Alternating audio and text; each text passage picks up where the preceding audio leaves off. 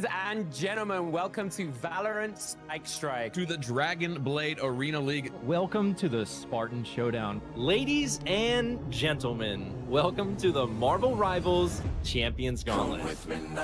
Here comes the Jeff. Huge! With the Six people with the Just Jeff jump ult. off. Let's see if he can hold it down. He's coming in. He's trying to push, but they've got. Oh, Magneto! Coming in with the. Here comes the Supernova from Just bringing Defeat. it in and dropping it back. There goes the quad. The Emma of the Invincible Woman, they saved it.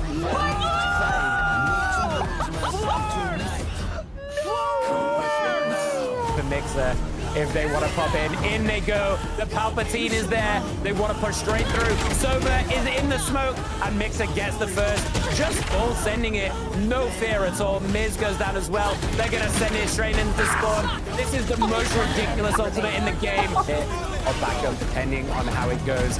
Goulet, though, burning the wingman, trying to swing out, get a pick, an instant headshot. Oh my gosh! With the Molly too! As Fornication gets tapped down. The three from Mixer, the slider. Oh, Mixer!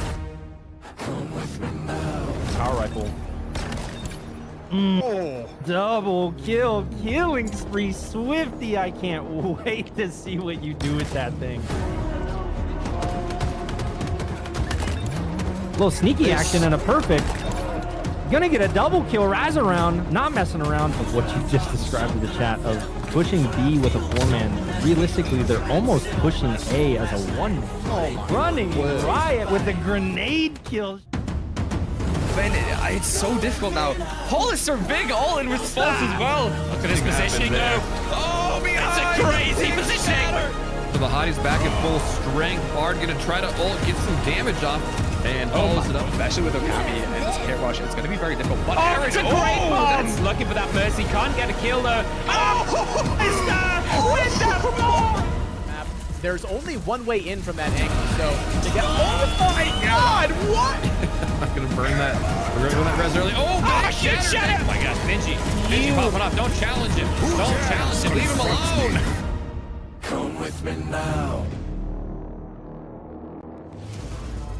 Ladies and gentlemen, welcome to the Dragonblade Arena League. My name, as always, is simply Nickish, your play-by-play caster for this evening. And I'd like to welcome my co-caster and game analyst once again, Kiyoya. How are we feeling, Kiyoya? I'm doing very, very good. Thank you for asking. I hope you're doing just as good.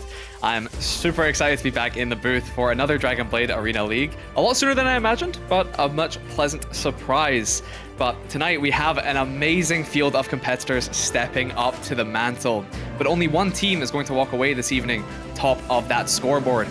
This is the place to be tonight, folks. If you're a returning fan, or you're just joining us for the first time, then you're in the place to be. We have an amazing show tonight, so you want to stick around. You don't want to miss a thing. But let's talk about what's actually at stake tonight, because every competitor tonight has bought into the tournament. They haven't just signed up for it. There's $125 on the line. Every dollar of it has come straight from the competitors. They've put their money where their mouths are, and they're willing to prove that they are the best that KTN has to offer. Only one team will walk away tonight, Victor, and walking away with that sweet, sweet money. But it's a very lovely prize pot. And if you're wondering how you can get involved in these tournaments, Nick would be absolutely honored to tell you how. I would, yeah. For those of you interested in participating in future tournaments or leagues, be sure to head over to the website ktn.gg, where you can find all of the socials, the event scoreboard, and all the upcoming tournaments. Our tournaments exist to give competitors a real stage with actual production value, real competition that anyone can be a part of. At KTN, we believe that we build a tournament that's run for you, and it's community driven. Our events are open, and there's always a spot for those of you who are ready to play. We support a wide range of titles, and that list is shaped entirely by the community. So if you want to get involved and let us know what kind of events you want to run, head over to ktn.gg, see every event, get registered, and help us decide what we host next. So, with the spiel out the way, let's talk about tonight's event itself. this is not the first time we've done a Dragonblade Arena, for those of you that are returning. So you might be used to the format, but for those of you who have not been here before, let us explain. Bear with us a moment and let us explain what you are in for tonight. For the maps in tonight's tournament, we've got pre-selected 9 maps from the competitive pool, 3 per game mode that will be voted on by our competitors tonight as they progress through the matchups. The first map in the control game mode is decided by a coin toss. The second map for the escort is decided by the losing team in game 1. And for our tiebreaker in the flashpoint, the same applies, where the loser of game 2 will decide game 3. Pretty standard tournament rules. The teams tonight will put their skills to the test in a single elimination league. There are no second chances, so 2 losses, and your night is OVER. Kiyoya, do you want to talk a little bit more about the maps in more detail? Yeah, absolutely. Now, since the last Dragonblade Arena League, we have changed the map pool very slightly. Control, we no longer have Lijiang Tower. We saw that was 100% pick rate from our last one. So to give a little bit more variety, we swapped it out. Ilios instead. The other 2 maps are Samoa and Nepal. And instead of Hybrid, we've now got Escort. So no more King's Row, unfortunately. But for in place of Escort, or in place of Hybrid, and for Escort, we have Circuit Royale, Rialto, and Route 66. Expecting a lot of Sigma and a lot of Poke on that Circuit Royale. I imagine that will be the most picked on the side of Escort. And Flashpoint, which we didn't get to see last time, so hopefully we'll get to see a lot more tiebreakers tonight. And the maps for Flashpoint are Suravasa, New Junk City, and Atlas, so no changes there. But Nick, how is the event going to be scored? So scoring tonight is based on the game modes in game control, Escort, and Flashpoint. 3 maps stand between each team. So it's essentially a best of 3, which I don't need to explain to most of you, I think. But win 2 and you live to fight another one. Lose 2 and you are, well, your night is over. At least if in this single elimination league. So any returning players, because I think we have quite a few tonight that we have seen before, we enjoyed watching previously, and are back for either more punishment or more celebration. Hopefully more celebration, but only one team can win, as we do know. But yes, there are a good few returning players, but one I would say to look out for is, of course, the last tournament MVP, Aaron HMD. We saw him on the Zarya for the most part last time, but as that was a 6v6 league and we're now back into that 5v5, I think he's off the tank now and onto that DPS, so I'd say watch out for him. I think there's a good few other players as well to look out for. Hollister, we saw him in that video at the start, getting a very nice Reaper 4K to close out that point on Lijiang Tower. So a lot of good players to look out for, and I think there's entire returning teams as well, if I'm not mistaken. So there is a lot of players looking to claim their crown again, or potentially to lose out, unfortunately. But and with money on the line. And with money on the line this time, of course, got to highlight that. There is money on the line, so people are looking to get a little bit of dosh at the end of the night, and I'm sure it will go very, very swimmingly with that winning team. Yeah, so let's talk about our first matchup here as we look to get into the first best of 3. So we are going to be kicking off tonight with the Jackson 5, who I've already seen a lot of support for in chat right now, against Zighlon. This will be our first matchup, and I believe Zighlon are also, well, both of these teams have returning players. As we get into it here, and we are going to be kicking off on surprise, surprise, Ilios. Yeah, Ilios, I'm not surprised to see it back at all, or not surprised to see it picked here. Aaron was one of the ones that we didn't get to mention in the returning players. Aaron was very capable tank that we saw last time. Filamento as well had a really nice Phoenix ult. Sorry, I think I made that mistake last time and ran ult. It works almost the exact same way. You cannot fault me for mistaking that. But honestly, Zighlon is a returning team. They had a very, very strong players, so we'll be expecting a very nice showing from both these teams today. But we have a Widow ban on Ilios. I think the 1 point on Ilios Ruins, you know, Widow's going to be a bit more of a stronger pick, and Hog is... Who can blame the Hog pick here? Who can blame the Hog pick here? Nobody wants to fall into well, all right? So, yeah, absolutely. Valid bans on both sides, that's it.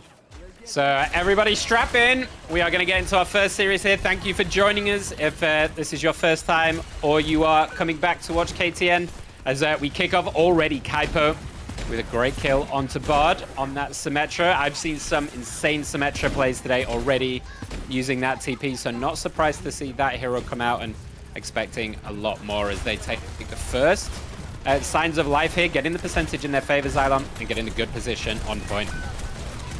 Yeah, already getting a lot of damage off. Kaipo has found some really good picks, or really good damage there. The dynamites have been huge, creating a lot of burn damage, a lot of tick damage that you're going to have to just kite away, get healed off on that. And Kaipo, off the map though, caster curse potentially, just calling out how good he's playing, and he's off the map, but already Jackson 5 making a good showing onto point here and just trying to take it back from the control of Zighlon. Yeah, now, for anyone that maybe has not joined us at KTM before, jumping off the map is pretty much a requirement for these events. And I have never done an event with KTM where someone has not died off the map at least several times. So we'll keep a counter, but that's one for sure. Expect more of that throughout today. Yeah, I think last time I was here as well, I did see a lot of that too. So, you know, I'm not surprised to see it, but Bard falling so low there, able to get out though. Luckily, is that's a player you want to keep up in this next coming fight is Bard, because that's gonna be a lot of damage that you're gonna want to keep up and keep alive.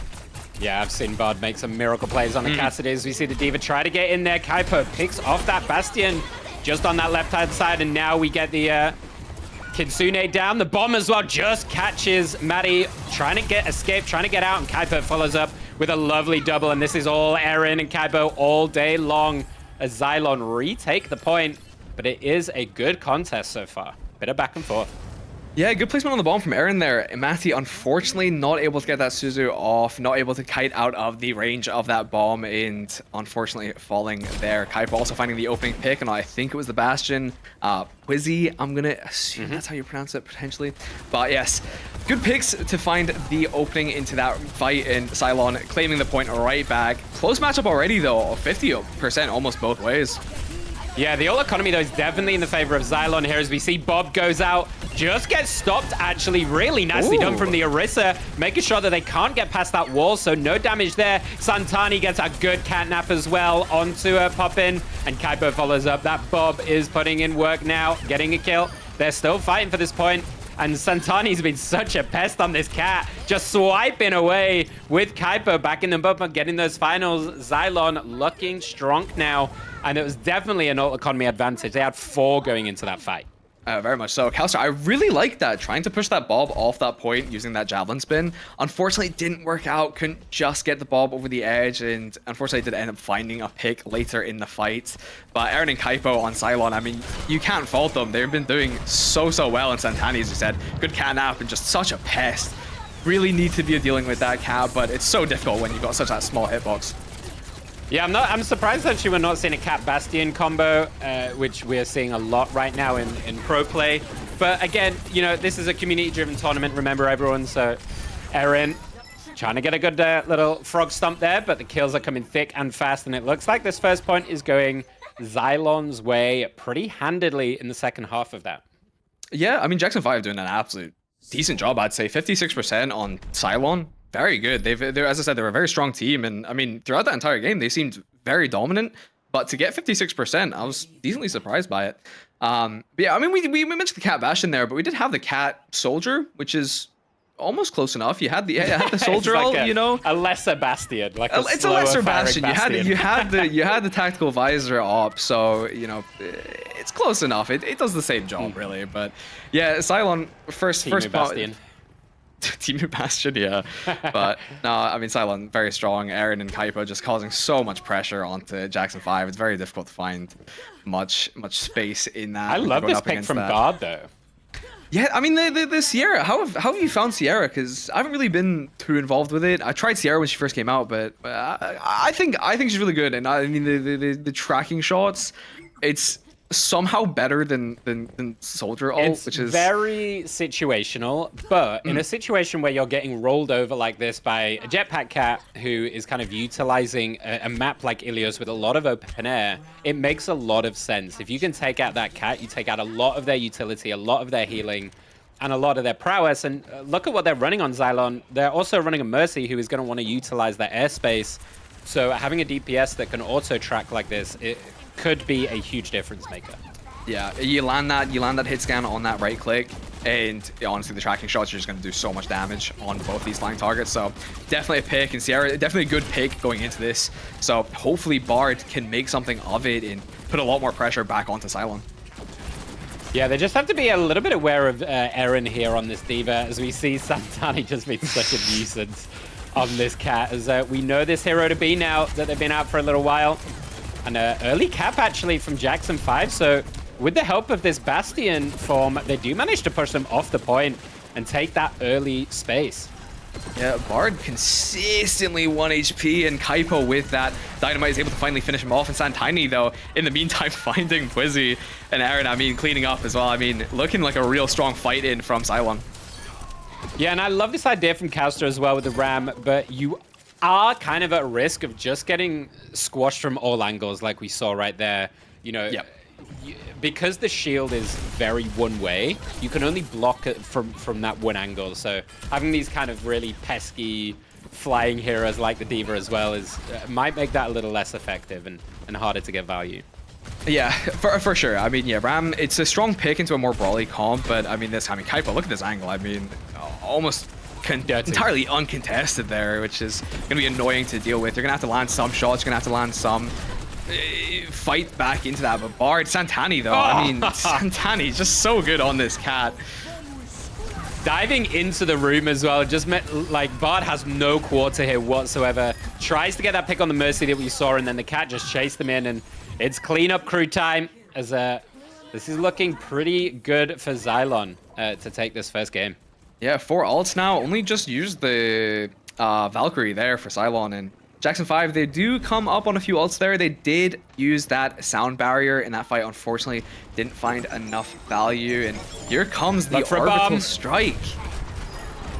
Oh, it's a huge D.Va bomb. We saw it. The cat was holding it, and I knew it was coming, but they land it right on their heads and get a massive 4K with that one. Huge combo play from Zighlon. Good teamwork for Jackson 5 there. Unfortunately, not the special package they wanted, but Zighlon, it was perfect. Beautiful placement and so much value. 90% coming up now. It's going to be so difficult for Jackson 5 to fight into this.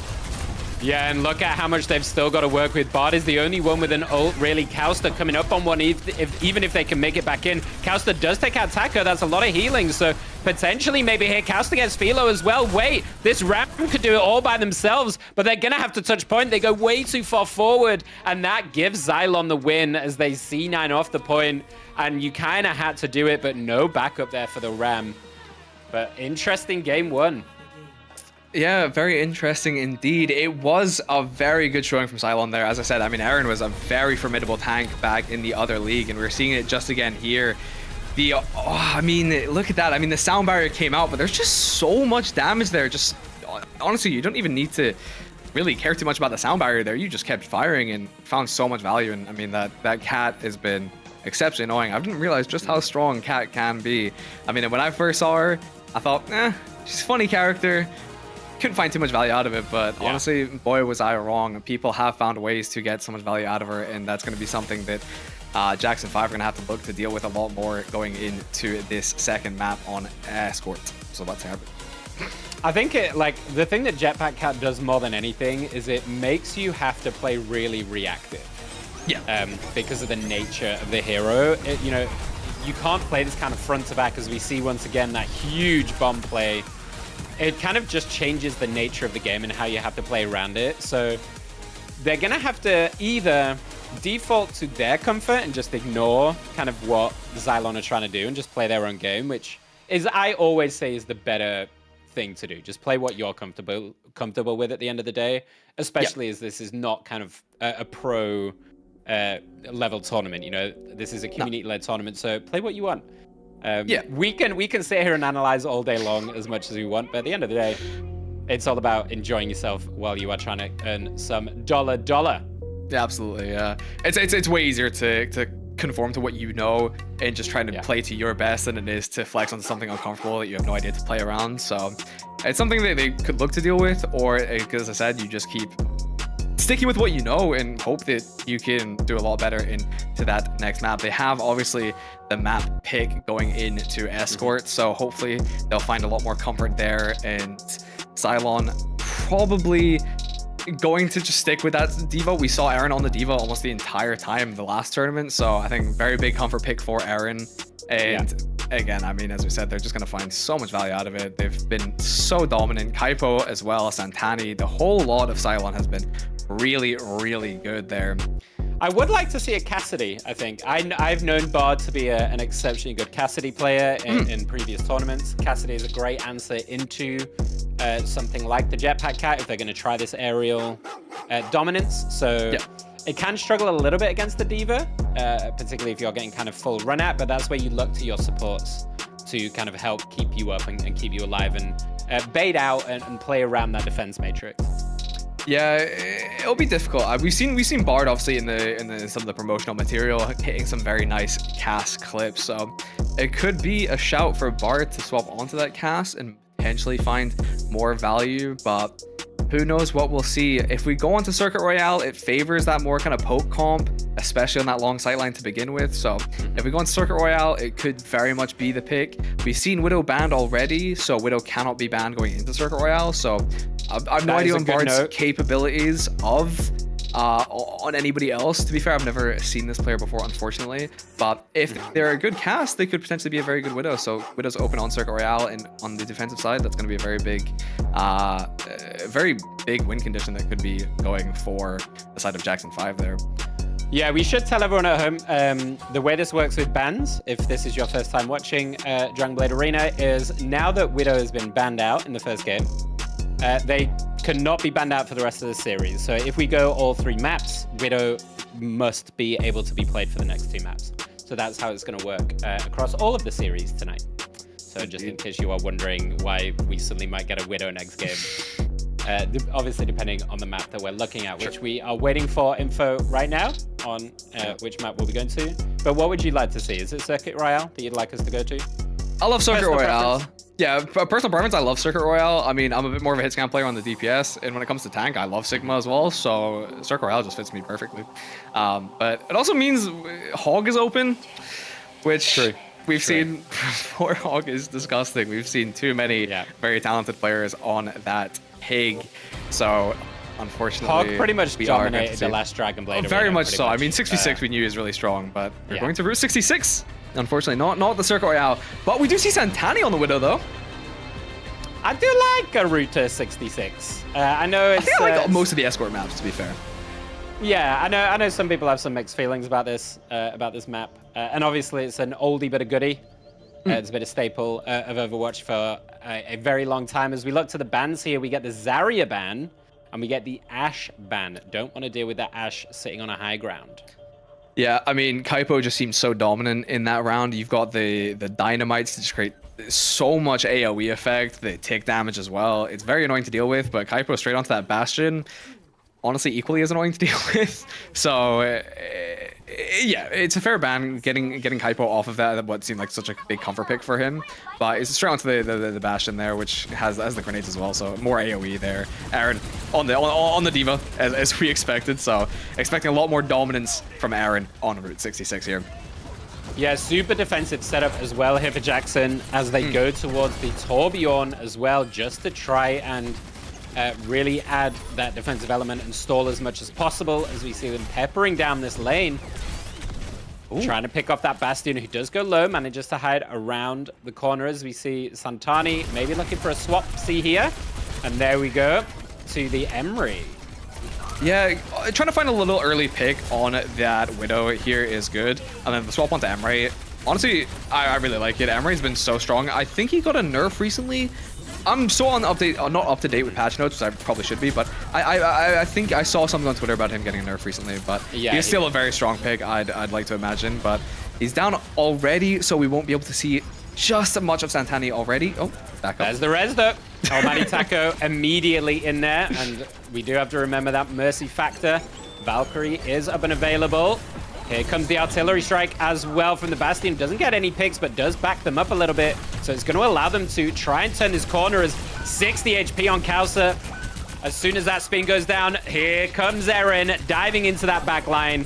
And it is an absolute free-for-all for Eren right now. As soon as that tank goes down, it is all pushed back and really hard to keep on top of for Jackson 5. Yeah, Eren being able to just dive onto any squishy and just deal so much damage, it's so difficult. And that's why you need the tank up at almost all times against this D.Va, is to create that pressure.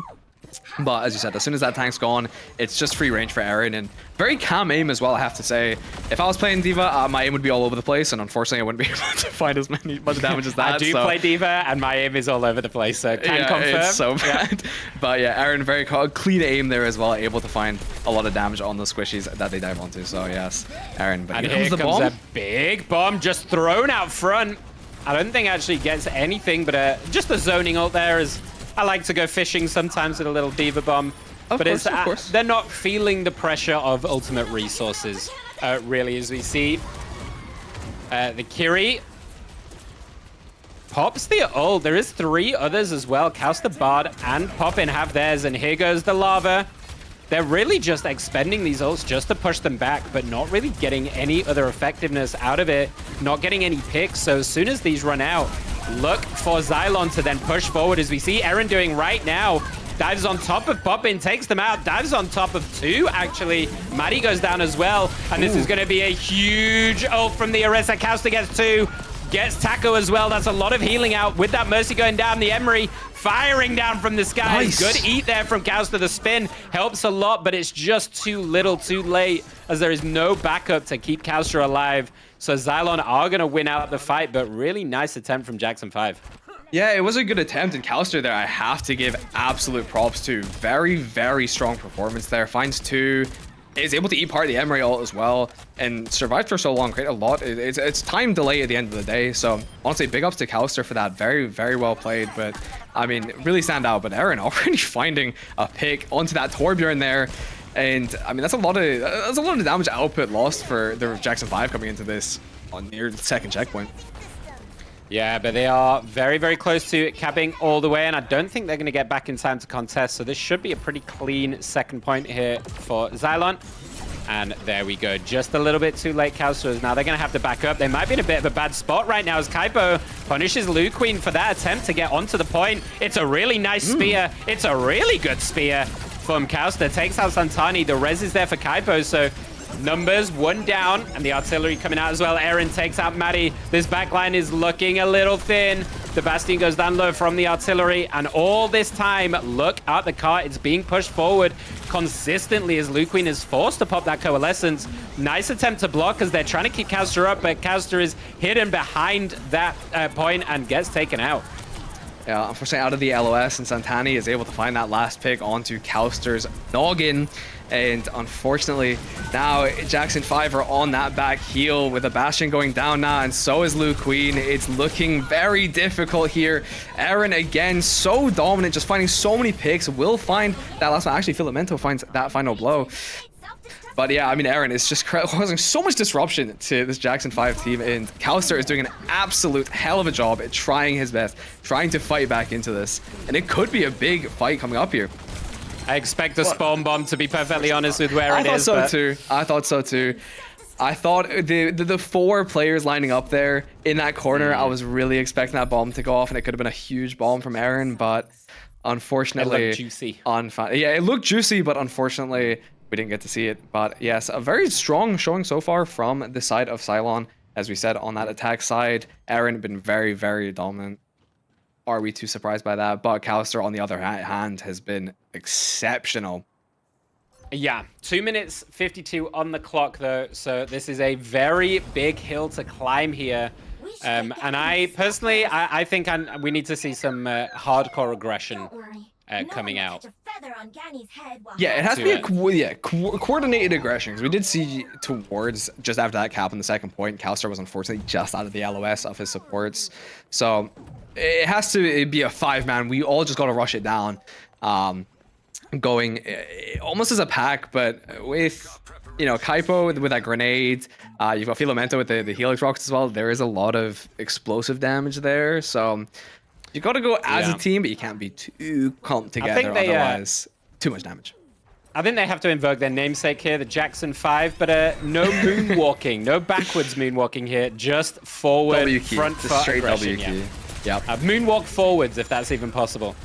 As we see. Anything's possible. I think that's just called walking, to be honest. So we go into the second half here, and let's see if Jackson 5 can give us at least all 3 points, if not a good timing on it, and make this a competitive second map. Yeah, Bard already trying to make a little something out of this. TP play into the back. Philomento getting very weak, and Pwizzy finding 2. Very nice. Almighty Taco going down. Here we go. And honestly, as you said, the aggression. Bard with that aggressive TP play onto the backline, disrupting the entire composition of Zighlon there.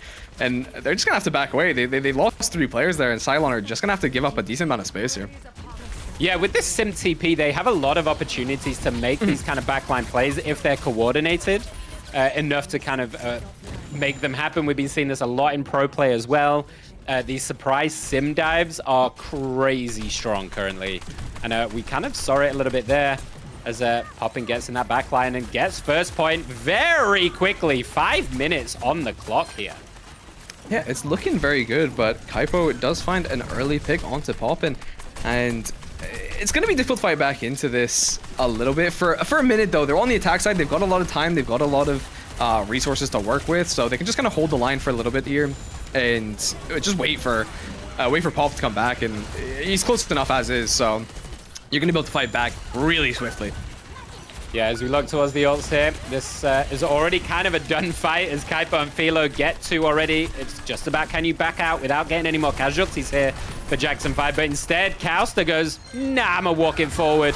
We wanted aggression, but this may be a little over-eager as Santani takes out Maddie as well, and they are staggering a little bit right now. And I think that's going to cost them a lot more time than they really wanted to. As also in the back, look at who's in the air. The Cat Bastion is back, and they have come to ruin the back line of this team. As Kaipo has an ult, Aaron has bomb as well, and Taco has that Valkyrie to play with. So they have the ult economy advantage as well. Yeah, I mean, Santani on this Cat is going to be such a nuisance, as we said, but the TP play, again, it seems to be working. Aaron getting very weak here, but here comes the bomb for that reset. Can it find any value on a kill? But Kaipo gets 2 with his, and Bard trading back blow for blow. Almighty Taco and Philomento down. Wait, but the Zighlon are looking very good in this fight. Aaron as well. Oh, man, team kill for the side of Zighlon there. Very, very nice. Yeah, Bard was really close though. I like that wall drop because if she could have played around the wall, she may have been able to win that out on the sim. So it was a close fight, but in the end, Zighlon come out on top and still have quite a lot to play with. The Cat has a kidnap ready. Taco still holding on to that Valkyrie as well. And this is going to come down to, can Blue Queen keep them all up with this Coalescence? Maddie not too far away from that rush though, and that's going to be a huge ult to play with. Is ready, but they go down immediately, targeted by Kaipo in the air, as this Emery already in the air as well. Philo just raining down Hellfire, and this is a full aerial assault here from Zighlon, making this so difficult for Jackson 5 to push around this corner. Yeah, the Emery ult is so strong, and unfortunately, the side of Jackson 5, the only real person on that team that can deal with that, because with the grenade bounce up and you hit that sky height or the ceiling limit, it's very difficult to deal with it, especially when you don't have the heroes that can actually deal with it. And I think it was a grenade that went off there because Jackson 5 just lost about all of their HP there. But Poppin's the only one that could deal with that Emery ult, and as soon as they were gone, it's easy pickings for the I don't even know the name of the ult, but the Emery ult. Yeah.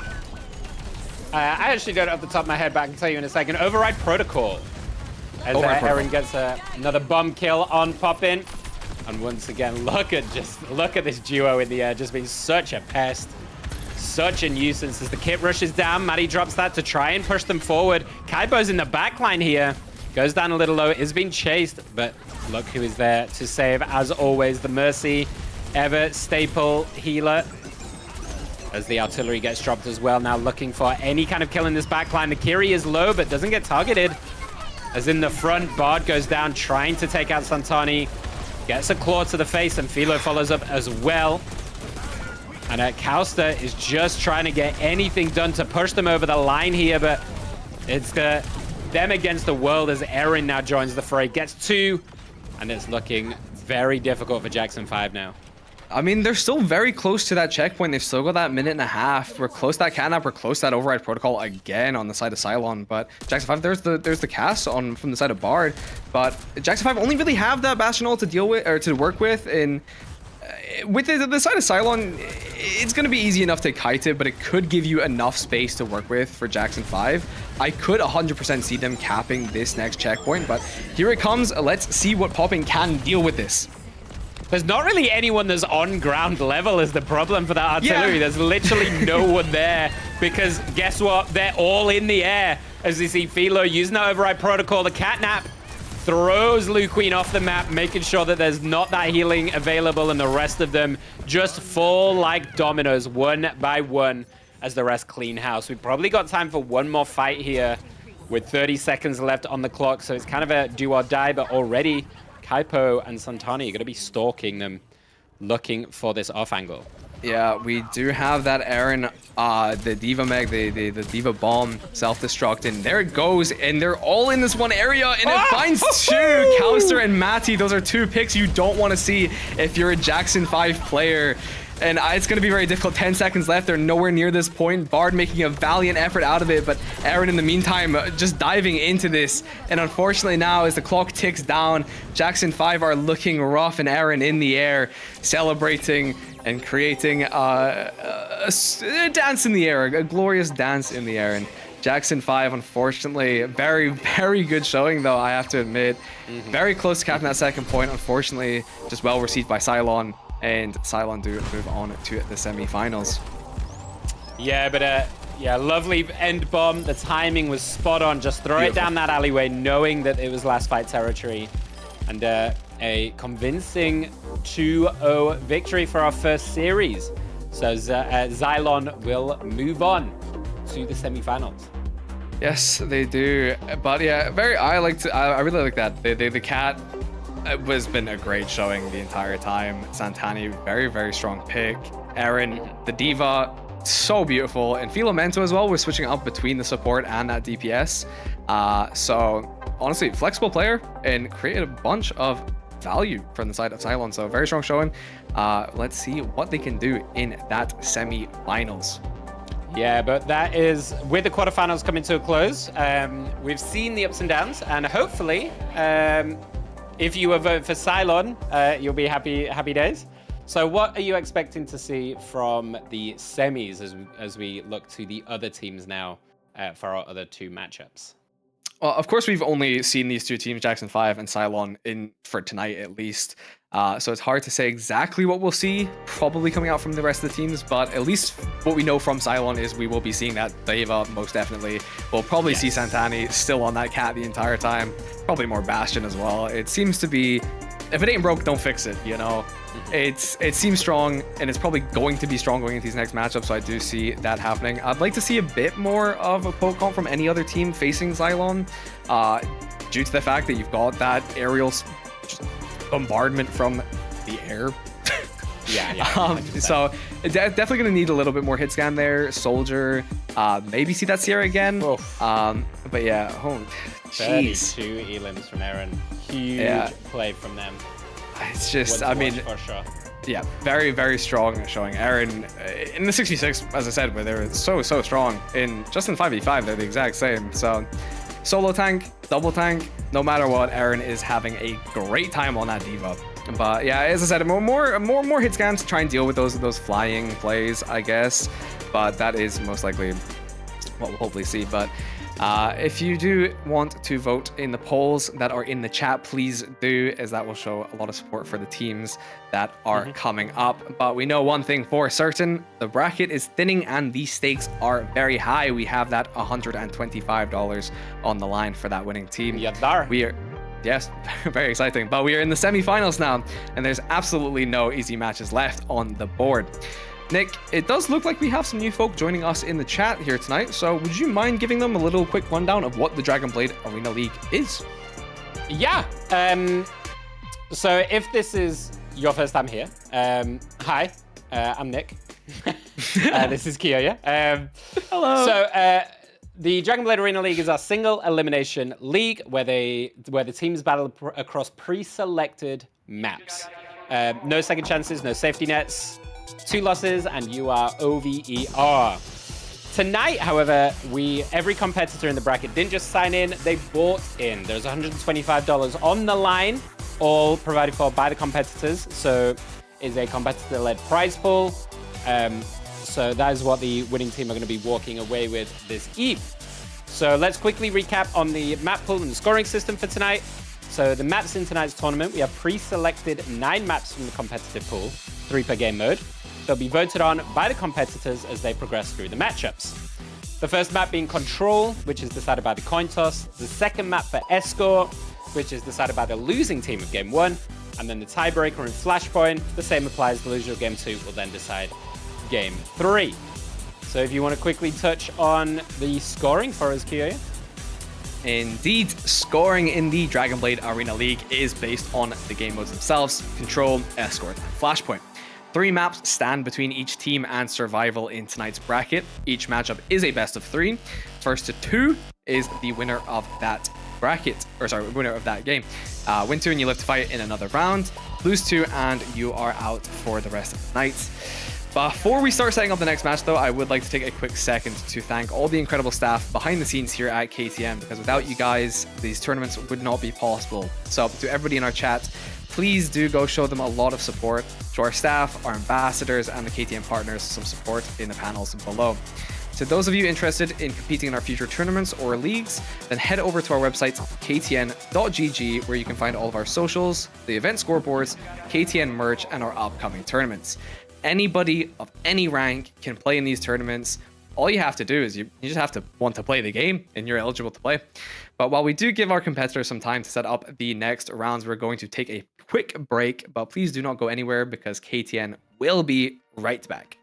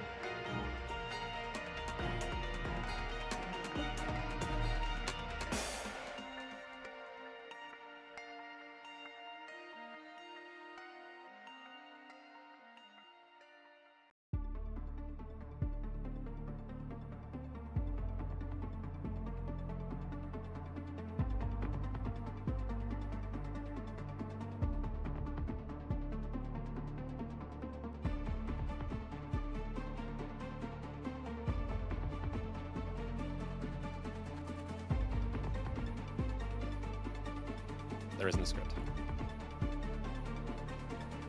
Welcome back. We are going to be getting into our first semi-final game very quickly here against Pookiewatch versus Chaotic Den. And I believe we are kicking off with Samoa for our first map. Honestly, I didn't. Yeah, honestly, I was going to say, I don't think we saw it last time. No, we didn't. It was the Lijiang Tower 100% of the time. So I kept vouching for Samoa every single time. I kept going, I hope it's Samoa. I hope it's Samoa. I hope it's Samoa. And finally, we get to see that Samoa. But let's look at the bans here, though, because I want to talk about this Kiri ban from Pookiewatch. I was going to talk about Kiriko at the end of the last game, but we kind of ran out of time. So I think Kiriko is exceptionally strong right now, and kind of almost a must pick, realistically, for a lot of teams. The cleanse is so strong. The ult is so strong. So I quite like this ban out from Pookie. It is, yeah. I mean, yeah. Kiriko's always been strong since she's released. I don't think she'll ever know. She won't ever be weak unless you just delete her. The cleanse is just too good. The cleanse is just it provides way too much value. But Hollister, quick TP out of spawn, but switching back to that trusted Reaper that we've seen him on numerous occasions. So looking for some more big Death Blossoms out of the Reaper. Yeah, as you see Pyro rocking that hog. We talked about the hog the last series, how good this hero can be. Looking for the hook, doesn't get it, gets stunned into the wall actually. Forced to take a breather as they're just vying for position right now. Hollister getting themselves on the point, trying to just be what Reapers tend to always be, a little pest, reapering themselves around. As now everyone, I was going to say something else and then decided not to, so that's what I'm going with. As we see, what we're going for. Aaron just runs at Kelso, gets the kill. As Aaron doubles up on that Bastion. Creating so much space though, Hypercrow and Aaron. I mean, the power boosted Bastion just creates so much damage. A nice little 3-piece there from Aaron. But yeah, I mean, as I was saying, Hypercrow there, creating a lot of space, taking a lot of that pressure off of Aaron, being able to just let Aaron do his thing, aim, gun everybody down. So Hypercrow looking to just pressure that front line of Chaotic Den and give the rest of his team space to do what they need to do. But Hypercrow is getting absolutely hunted down there. Yeah, and we haven't talked about this Life Weaver. We mentioned earlier about the advantage of comfort picking and playing what you know, and that's definitely what we're seeing here from Geordie on this Life Weaver that we don't get to see too often. After we see a nice little pull, the Terror Surge goes out from the Orisa, tries to get some kills, but Aaron is right there to finish off with the artillery, looking to hunt down Geordie. As soon as that suck is gone out, they can just hunt them down. And Aaron, with this boosted Mercy behind them, is causing havoc. And 65% already for Pookiewatch as they look to dominate this first point. Merc almost getting out there, but Aaron hunting him down, and he eventually falls. And that's a really nice stagger there, because Merc is out of the game for a good little bit now, and up to 80%, and Merc is still not alive. Chaotic Den are going to have to try and regroup here. They've probably only really got that one big fight here, and I mean, finding that rock and getting Hypercrow down half HP is a good start, but unfortunately, healed right back up, and Hypercrow is now forced to be reckoned with.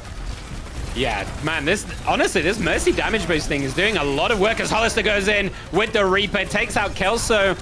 Pyro tries to get that Gravitic Flux, doesn't manage to get anyone with it, so that is kind of wasted. Throws a rock into the face of the Orisa and just sits them down for a second, keeping themselves alive. But Aaron, in the meantime, takes out Akami. Merc finally does trade out Aaron, looking for these backliners. But in the meantime, Hypercrow, it trades all around, but it looks like Pookiewatch are getting the better of it. And it is a full 100. It's just a lot of damage. You're getting absolutely peppered with shots, Chaotic Den. And I mean, these two doorways that you have to go through are very difficult to deal with, because you're obviously funneling through these two tiny areas. Somebody like a power boosted Bastion with that decently large spread, but like controlled enough to hit a lot of shots, it's way too much damage. You're gonna have to find a way around it. You're gonna have to try and potentially, I want to say, bring out the hazard here. You're gonna, because Hypercrow is being able to just give you so much pressure onto your front line. You're gonna have to find a way to just completely avoid them. Oh, you don't want to completely avoid them, of course, but you know, you have to get around them somehow. I like what they're doing with Pepper here, right? We're seeing Mars be such a nuisance to deal with on this Mercy, right? Between the power boosting and keeping everyone up, very well topped up. The Anti could do huge amounts of work just to try and burst the target down with the help of Merc or Kelso, and maybe avoid Aaron by just antiing them and taking them out early in these fights. Yeah, and Pookiewatch, honestly, banning out the Kiriko as well, you don't have that cleanse for yourself here, so it is a very good place. It's a very good idea that they could have, but I mean, the Life of a Grab used to cleanse. I'm not sure if it still does anymore. I think they removed that. It does cleanse. It does cleanse. Yeah. Note from Prod. It does cleanse. So they do have actually some form of cleanse, but it's not a big group cleanse like the Suzu is. So it's definitely an option. But Merc already going down to Hollister. Yeah, and this Reaper just holding this staircase gets to Pepper. Eventually uses that nade to take them out, but it is a 2-for-1. Yeah, proper pro wrestling moves in Overwatch coming out as we see Pyro is piloting that hog once again, looking for these pickoffs, and that is another choice. It might be a bit difficult to pull them away from this Mercy Lifeweaver combo, who can either pull them back in or just follow them as you try and hook them out of position. So we'll see how that works out, as already Pookie have the site going in their favor. Yeah, Kami 1 HP and Hypercrow finding that last little bit of damage. The anti comes out, but there's the grip. As I said, it gets cleansed. You also have that Fortify and the Javelin Spin to get out. So it's it's a difficult thing to deal with, but it's very difficult to deal with. Sorry, I'm completely stuttering here. Completely cooked. I got you. So we've got Aaron with the artillery ready. Hyper, not too far away from that Terror Surge either. So it's going to be quite difficult for Chaotic to fight into this, to be honest. They don't really have the tools to work with. They try to get the hook off. Pyro is desperately trying to find any pick they can. The Orisa is very low, but Pyro has to take a breather just to keep themselves alive. And all the meanwhile, Hollister and Aaron are going to town on the rest of them. Kelso goes down. One of the healers are down as well. And look at this TP straight into the Ana's face. The nade just to try and keep Pepper alive. But as soon as they turn the corner, Hyper is right there to damage them in the side of the face and get that kill. And still, they have not used any of the ults apart from Valk. So Aaron's still with that artillery, Terror Surge still available, and now the Reaper has that all too deadly Blossom as well. Yeah, it's going to be difficult coming into this. Aaron already using that artillery strike, trying to find some early picks out of it. And finds two. Pepper and Kelso gone, but Merc trading back with that pulse bomb. For the res. Sailor Mars gets it off! Merc, unfortunately, not able to find the cancel on it, but does eventually shut that Mercy down, and it's a good pick so far, but Merc unfortunately does fall to Hypercrow, and it's now a tough battle to fight into now, 99-0. Oh, Merc, you'd be so disappointed as we see the Death Blossom comes out, takes out Okami, gets the Hogs so low as well that they can just be finished off with a little shotgun to the face. But honestly, poor Merc just runs out of bullets to try and get that Mercy kill. The res comes off 1 HP, and Pookiewatch take this first map very handedly, though. Yeah. 100-0. Very convincingly, 200-0 actually there.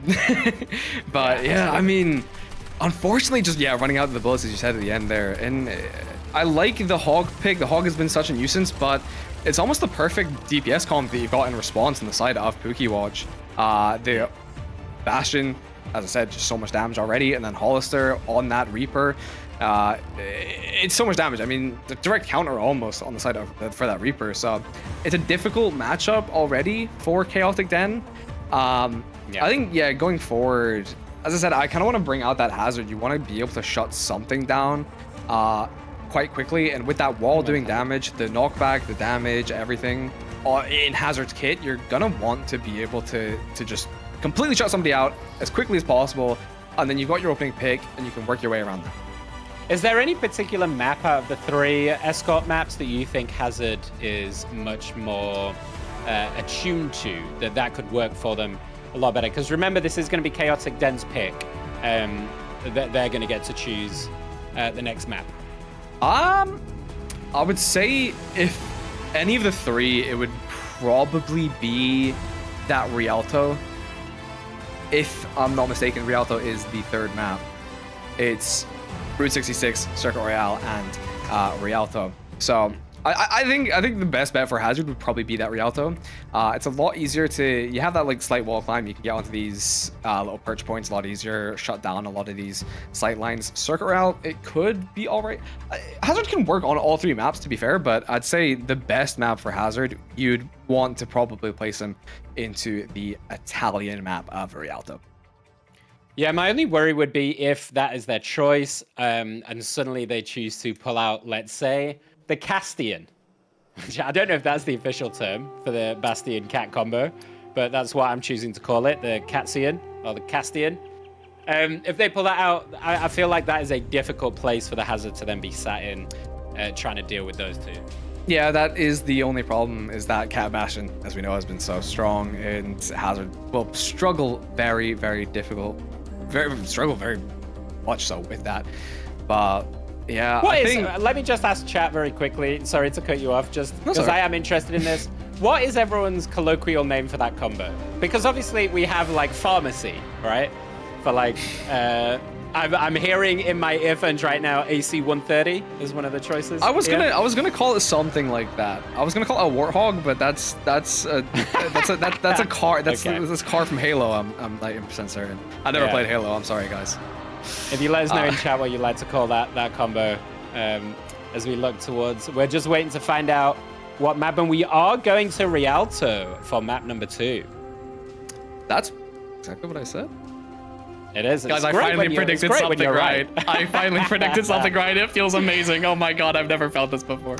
But and we got some interesting bans as well. Chaotic is banned Lifeweaver after that has obviously caused them so many issues in game number 1. And if you're wondering why I'm looking this way, I'm looking at it right now. And Tracer for Pookiewatch. Yeah, I mean, I'd say Merc definitely was a little bit of a thorn in the side of Pookiewatch. So I do respect that ban. Merc did seem very comfortable on that. Yeah, they seem very couple of comfortable lovely pulse bombs. Oh yeah, very much so. Very good sticks. And almost shutting out that res, just as we said, running out of bullets in the end there. But the Lifeweaver ban I do actually like. I think Lifeweaver, underrated pick, honestly. Can I say that? Underrated pick, Lifeweaver. I think Lifeweaver is one of those that's like good when you know how to play it. Yeah. But it's really hard to justify over the top meta picks like a Lucio, a Kiriko, these picks that just offer so much other value, Yeah. So again, it comes to comfort and whose hands it's in. As we see Jordy being forced off that pick, is now looking at an Anna as we like to get into Rialto here for map number 2. Yeah, we do see Hollister on the Sierra instead of the signature Reaper, so exciting to see what can be done on this. But Pyro sticking with that Hog, Kelso still on that Bastion as well, Aaron on to that Soldier as well. So let's see what these slight comp changes and bans can change for these two teams. I think Pookie were maybe expecting the AC 130 a bit here, which is why they've gone for the Sierra pick, because this is a very open map, especially on this first and second point. Not so much the third for sure, but this first and second, this is a cat's playground. So if they wanted to pilot that, this would be a good point to do it. It could be a very good point to do it, to be fair, and it very well could be in the cards. You can never shut it out too early. Teams can change at any point, as we all know. So Sierra already being power boosted up on this high ground, and Merc off the map, as we said. It's a KTN market signature move. That's 2. Mark it. Keep counting, chat. That's 3. That was 3. Aaron fell off the map as well in Helios in the first point. Oh, it's so much damage. It's so much damage. Hollister already shutting out Pepper. Yeah, and that Mercy's going to have a real bad time against the Sierra, I think, as Hypercrow follows up with a kill onto Kelso. So that's going to pretty much stall Chaotic Den's plans, as they're kind of just sitting up top here, trying to use that high ground. But again, Holistic takes out Kami, who had switched to that, had switched off that Mercy to the Kiri, and gets hunted once again by the Sierra. Knight, as they just sit down for a little bit, but Hollister once again, just as I've been talking in that whole time, Hollister's just picked up a Cash 3. Yeah, honestly, it's so good. I mean, the ult's already available for both Hypercrow and Hollister. Jordy Fierce almost at that Nano as well, so it's the Anna is coming up really close to that Nano as well. So it's a very big fight coming up for Pookiewatch, and very strong ults. So Chaotic Den are going to have a bit of a struggle coming into this fight. Yeah, there is a Terror Surge available as these Orissas are just poking each other in the front. And now there's the big dump. The Terror Surge is there. Kelso goes down. Knight's Hypercrow, but immediately gets back up. Is damaged to wake up from that, and is just running them down back to the spawn. Merc on the backside does manage to take out Aaron with that Disruptor from the Sojourn. And Aaron is straight back up with that res. Yeah, the Tactical Visor is 98% now available. as I just mentioned it. So Pookiewatch again, still got this nice ult to deal with. Chaotic Den coming up on that Nano as well. Pyro Goliath building that Terra Surge too. So a decent couple of ults there that could be comboed. Chaotic Den could create a big opening in the next fight. Yeah, and with that res and then backup, Aaron immediately uses it to take out Merc. Hollister still peppering Pepper and gets them down as Kelso's now switched to that Sierra to try and match and gets the kill on Hypercrow. So a good swapsies. The anti is so good as Hollister just flies down from the heavens to finish that kill off on Pyro with a really, off the back of a really nice anti, as well as we're seeing these Annas put in some work. The Anna on the side of Pookiewatch almost building up that, oh my god, Aaron finding two Kelso and Merc down. And it's just an absolute stalwart defense. Pookiewatch, nasty work so far. And Aaron, as I said, still has that visor available, maybe wanting to do a nano visor, potentially wanting to look for a clip. But Pepper dumping that nano onto the Orisa, potentially looking for a Terra Surge here.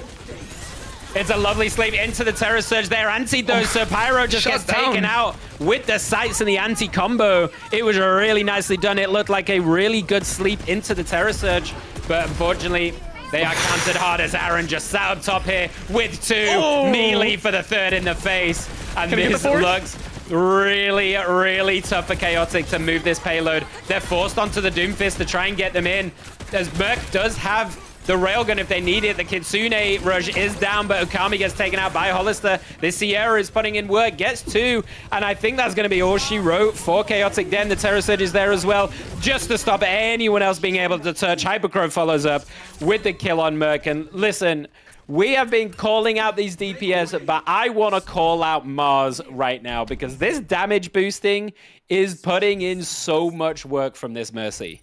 It's absolutely pivotal. The amount of damage that it can give off is just so much. And when you've got two DPS, such as Aaron and Hypercrow, you're going to be getting so much value out of that damage boost. And here we get to see a little replay of Aaron shutting down that Pyro ult. And I mean, it's so beautiful. I mean, look at the aim of this guy. He's so good. A lot of weak targets there, but I mean, target switching is gorgeous. And the melee in the end to finish it off for that 3K, it's so good. I mean, talent. Yeah, I mean, it's really hard to deal with the overwhelming damage. And just as a quick shout out as well, while we're here, for those of you who don't know, Mars is a member of our KTN staff, so we always like to shout out our staff, of course, especially when they join in the tournaments like this. A big shout out over to Mars over there on Pookiewatch. But we are not biased. Not at all. At least we pretend we are not. So we get into the second part of this, and let's see if Chaotic can try and stall them out, as Hyper's gone on to this hyper-aggressive Winston with the backup of Aaron on this Widow to try and get this early pick. Yeah, Sailor, Mars on that Kiriko, and on the Illari there as well for Pookiewatch. It's a lot of poke damage that we see, and then the dive tank. You poke down a target a lot, and then the finish comes through from Hypercrow. But Merc already shutting down that Illari turret. It's taking out a little bit of that Illari utility, but it shouldn't be too much for Pookiewatch to deal with here. But Aaron already finding a pick onto Kelso, and now the tables are starting to, or no, the tables are starting to turn. The records are starting to spin. Yeah, but Merc is not going to let that table flip over all the way. It's just on its side right now as they take out Aaron. 2 kills. The rock to the face from Pyro is going to back them all up. So not quite all the way, but I like the idea of the Illari if you know you've got to play this corner. They did all the hard work in the first half as Hyper just sits up top and gets Pepper. And it's all going to be on Pyro here, I think. They've got to stand tall against this aggression, hold this point up front, and that's exactly what they're doing. But look at the rest of them. Hollister takes out Merc, who did so well installing it the first time. Mars follows up with a kill onto Kelso, and it's all falling apart. Pyro trying to play around their shield, but it's all too much too quickly. And that looks like it's going to be Pookiewatch for the 2-0. And Pookie are going to be the ones going forward. Yeah, I mean, Pyro, though, big ups. I mean, looked a little bit scared on that point. I mean, you're being pressured from all sides. You have there your backline being punished, and then you've got the front line to deal with. It's a lot on your plate to deal with.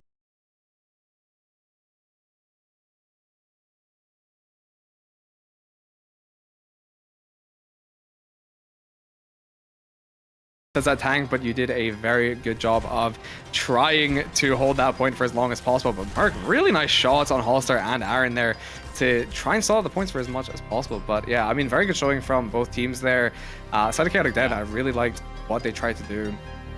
But in the end, I mean, Pookiewatch, both their DPS and then their support, I mean, the entire team was just on fire, I'd say.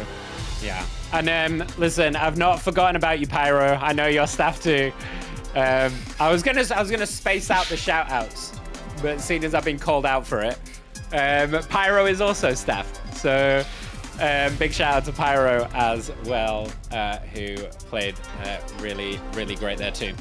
So that is going to be a 2-0 from Pookiewatch. And our next match, we've seen one already from Zighlon, but they are now going to be facing the last team we've not seen yet today, Cat in Slippers. And if the name's anything to go by, I think we know what we're going to get here. We're going to see more Jetpack Cat. Probably, I assume so. But who knows? Who knows? Maybe they just like cats and slippers. But I guess we'll see once we get into the map. I mean, I don't know about you, but I have a big love of any animals in clothes or shoes. I think it's just the most adorable thing ever. So if any of you have pictures of your pets in clothes, please, I don't know if there's, I assume there's a place on KTN to send that, but please send us your pictures of pets in clothes. We appreciate particularly all the matching sets, matching pajama sets. Love that. So feel free to send them on or send it to me directly in DMs or anything. I would appreciate them all. But getting on to the next matchup, what do you think we're going to see from Zighlon? Do you think we're going to keep on seeing that Jetpack Cat from both sides potentially here? Honestly, cat fight. 100%. I want to see them scrap it out in the skies. I don't want either of these cats, assuming there's a cat on both sides, I don't want either of these cats looking at their team. Cat 1v1 in the air. I'm begging for it. Please do. Don't even pick anyone up. Just a straight 1v1. Don't even pick anybody up. Don't heal your team. I don't want to see any heals at the end of the game. I want to see maybe 1,000 max. Just 1v1 in the air permanently. But no. But most likely would see the exact same thing that we saw from Zighlon. Unsure of exactly what cat and slippers will run, but as we said, if anything the name gives away, it would be that the cat is up on the table. We've seen some fun, spicy picks, though, already today. Really liking seeing the Sierra. We saw just how powerful that Sierra is in the last series. The Lifeweaver as well, I think, was a great pick, even forcing out the ban off the back of that. Usually, for those of you, if you haven't been to a KTN tournament before, we usually see a lot of Rams butting heads with Rhines. We usually get a Ryan 1v1 at some point. Which we haven't seen that. That actually surprises. Yeah, that actually surprises me. Because we did see a lot of Ryan last time, so surprised there's no Ryan so far, but maybe we'll see it either in this game or in the final, but we'll just have to wait and see on that part. But yeah, a lot of fun picks we get to see. I like the Lifeweaver. I think an underrated pick, as I said earlier. So it's fun to see that. The Sierra, very fun to play and very fun to watch. In the air, a lot of the time, getting a lot of burst damage. It's very satisfying to watch, and I mean that tracking shot is stupid. Yeah, I mean it's literally like the most anti-air hero design you can possibly think of, because they can get into the air themselves with that zip. They've got the auto tracking, so it's a really interesting counter that then forces different compositions, which is what we want to see from these fun tournaments. Although there is prize money on the line for this one. Yes, big bucks, serious guys, super serious. But we still want to see that cat 1v1 in the air. I'm telling you, I promise it's the play, guys. As the analyst, it's the definitive 100%. It's the percentage play, guys. I promise, please. But no. If any of the teams are listening, give us it. Please give us it. But yeah, no, that is the fun thing to see. It's having a lot of these cover picks, a lot of random picks that kind of come out. You have to potentially adapt to it, so it's nice to see pressure in different ways than you usually see it in like such as pro leagues. So it's cool to see a lot of these different picks come out. It's fun to watch. Well, what do we see? We are getting information. We are going to Ilios for this next one, as we're just going through some accolades here as Aaron picking up that Executioner, quite rightly so. But for this next matchup, we are going to Ilios, and Cat and Slippers have banned the cat. They've said, now we saw what you did. We watched you. And we also have a Zarya ban from Zighlon. Yes, I mean, Zarya, we did see Zarya be very strong in that 6v6, but unfortunately I haven't seen it so far today. It's been banned a couple times, so maybe people just don't want to play into it, which I don't blame them for in the slightest. I think Zarya is such a good enabler tank to, you know, if you want to run any kind of dive, the bubbles just enable that so much. And then the grab is always going to be a game-winning ultimate potential. Set up for a very nice clip as well. Yeah, one of the best clip farmy ults in the game, as well as just a great combination ult. So if you have good coordination, which we've already seen from Zighlon, you know, anyone that's playing a Cat Bastion combo, you have to have good coordination between the two of you to make that work in any realistic format. So we already know that they're coming very well, and adding a Zarya into that mix is a risk. So that is true. That is true. Yeah. But I mean, for the side of Cylon, I doubt we'll see anything but the Diva unless it gets banned out. Who knows? There is that option to ban Aaron out, but well, just that is also why we've probably seen the ban, because Zarya is pretty good into that Diva, which we know they want to run. So yeah. That is a very fair point. I didn't even think about that. Sometimes I make good points. Sometimes I have them. As we're just waiting to get into this game here. Yeah. So Cat and Slippers we don't know much about. I don't believe there's any returning players from Cat and Slippers. We'll just have a quick check. But I don't believe that I've seen any of these players before in KTN, so this is going to be new for us as well. I'm not the person to ask for that, unfortunately. I'm a newcomer around these parts. But yeah, we'll see what they bring us. As we go to Ilios, a pretty expected pick. We've seen Ilios be very, very popular as this kind of first map choice. Why do you think that is? What do you think it is about Ilios? Because I personally hate that map. I was gonna say it's a really fun map. I hate it. I mean, it's fun if you're winning. If you're getting stomped, it's not that fun. But I mean, there's a lot of environmental ability on both Well and Lighthouse, so it's fun to play around. And I just like most of the points on it. Ruins is an all right point to play. It's not my favorite of the three, absolutely not. But it's definitely a fun map to play. And I think it's just it's one you can kind of strat around easily, I'd say. Like it's a comfortable map. Is what I'm trying to say. Maybe it's just I am really bad at it, and I'm just really bad at Overwatch. So who knows? Who knows? But you know, actually seeing the Mauga here, completely forgot Mauga has also been very strong. I've seen a lot of Mauga be played recently. Yeah. So surprised it's taken this long to come out, but not surprised it eventually showed face. But Philly dude, so far on that Echo and Mauga for Winton Gaming. I'm surprised Winton Gaming's not on Winston, but Aaron is. Yeah, and I actually like the Winston. They don't know this yet, obviously, but I actually like the Winston into the Mauga just because you can kind of. Okay, bear with us. We have a slight issue. Apologies, everyone. Tech pause.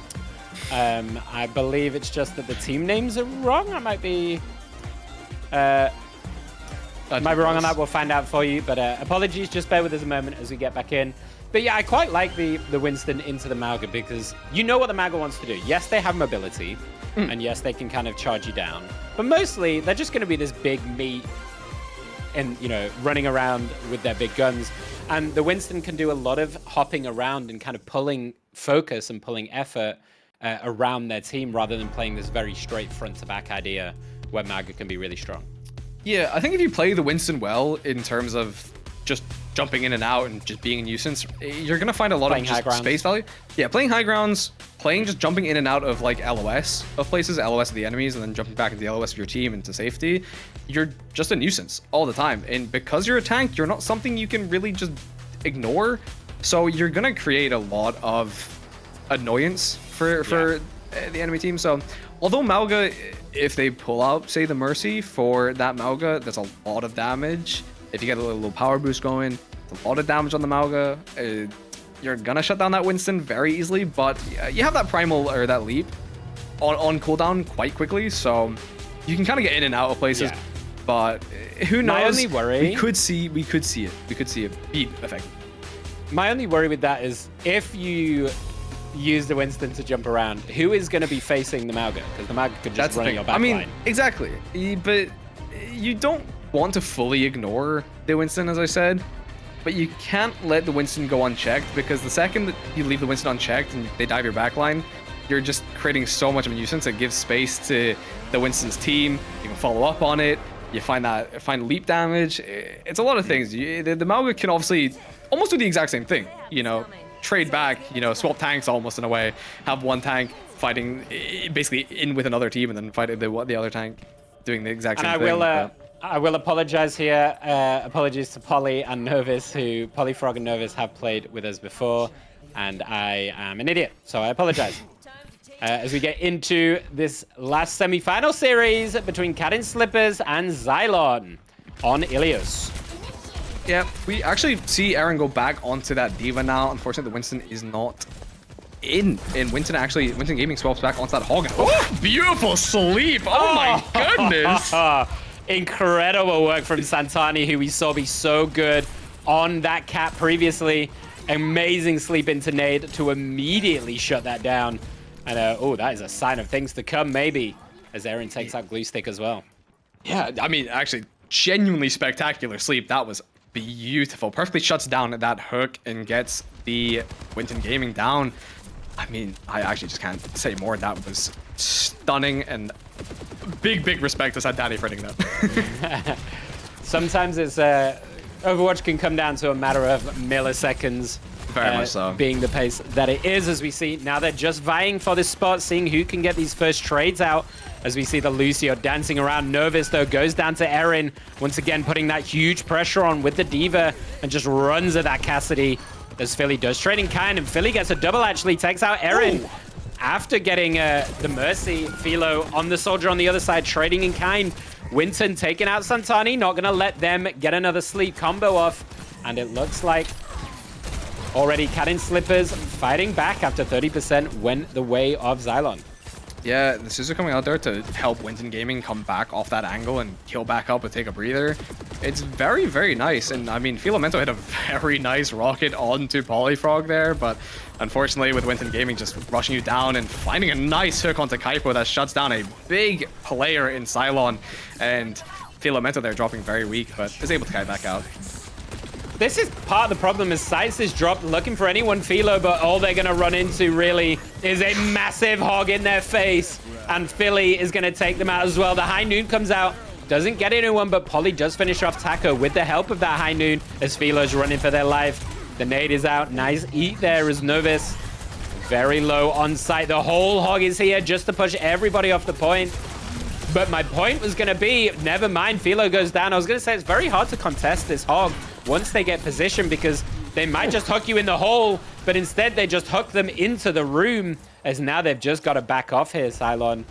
And the Valkyries also use some Taco. Yeah, I mean, Zighlon coming up on both the Bob and the Nano there, but Cat and Slippers, 3 ults now and have that barrier, the sound barrier up and available, but Winston Gaming falling, and that's a really nice pick from Filamento. Yeah, and we haven't talked about Philo changing onto this pick. The mega dive coming out. We talked about the dive. We wanted to see this a bit more in combination with the D.Va, and it seems like it's working. Yeah, I found first pick, and then Aaron finding second, and then that fan the fire right click from Filamento is just, it's so good. And I mean, I love Anran. I think Anran's a really fun character to play and to watch, because I mean, you can find so much value in Hook coming very close to Filamento's face there, just taking the hair off of your chin there. Yeah, just a little bit of a shave as the bomb is thrown out, looking to throw it in the back lines, looking for anyone, but in the meantime, Hinder. Great nade there to Hinder, making sure Anran cannot duck out of that one. In the meantime, though, Kaibo and Aaron getting these picks. Nervous is stuck on this site, just peppering the damage as we're following Polly just go around the side. And it's trades all around, but it is OT as Cat and Slippers does have 99. So it's all to play for still, as Aaron might put this in Zylon's favor, and they do indeed with a lovely triple at the end of that. Yeah, I mean, very close so far. I mean, it's nice to see Zighlon get that nice bit of pressure put onto them. Pressure makes diamonds. We could see Zighlon level up here and become even stronger than they already are. And honestly, we could be seeing that Aaron going even harder, finding more picks, and getting so much value out of this diva as per usual. But I mean, on the other side, Winton Gaming has also been crazy.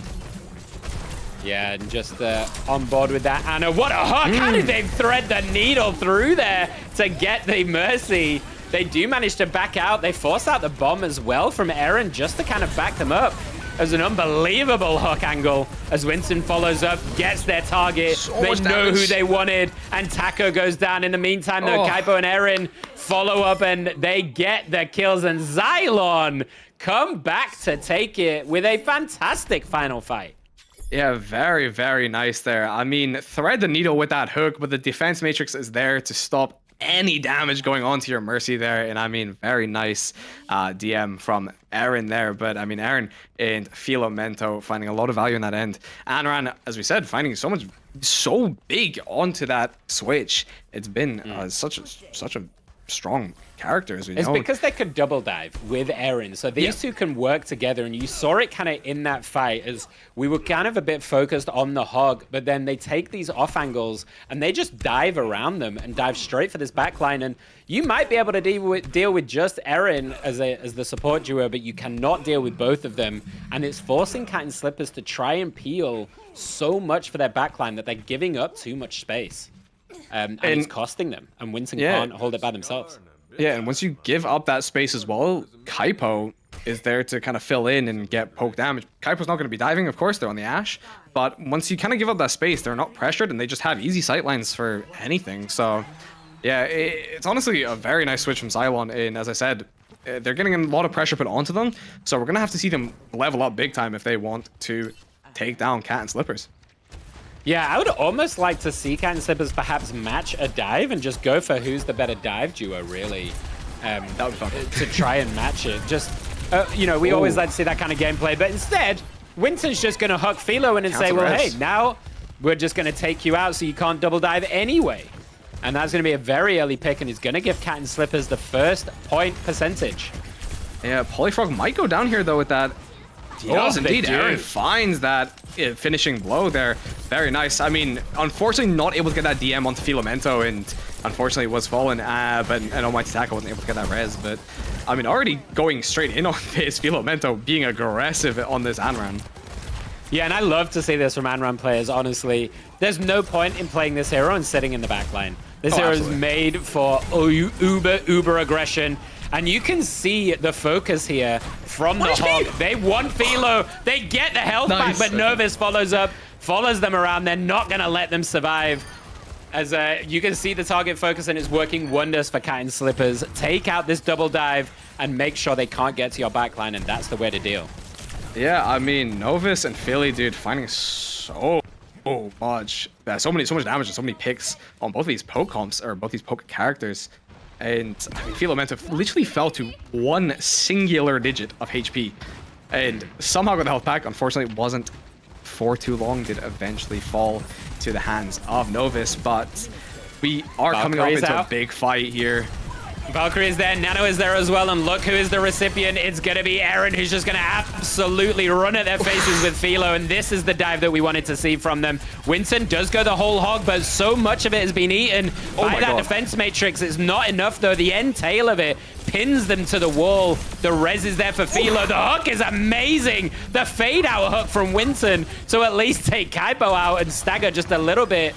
It's not going to be enough to stop Zighlon getting the point, but it's lovely trading when you know you're going to die anyway. And Winston showing us this hog is no joke. Yeah, I mean, beautiful. I mean, got the melee as well. I mean, genuinely stunning combo there. The hook, a shot, and a melee. I didn't even see the animation for the melee. It was that quick. So, I mean, Winton Gaming's so good on this hog. Sound barrier out, coming into this big fight. There's 2 ults down already. Novus does have the Deadeye as well if they want to use it. Polly with a kill on Taco already, and the ult dump comes out. I was going to talk about the ult economy being heavily in Cat and Slipper's favor, but they don't even give me time. They just insta-drop it. They still have the Deadeye if they need it, but 80% on the board. The pressure is on Zighlon now to try and get back in, and Philo, the only one who might have an ult to play with.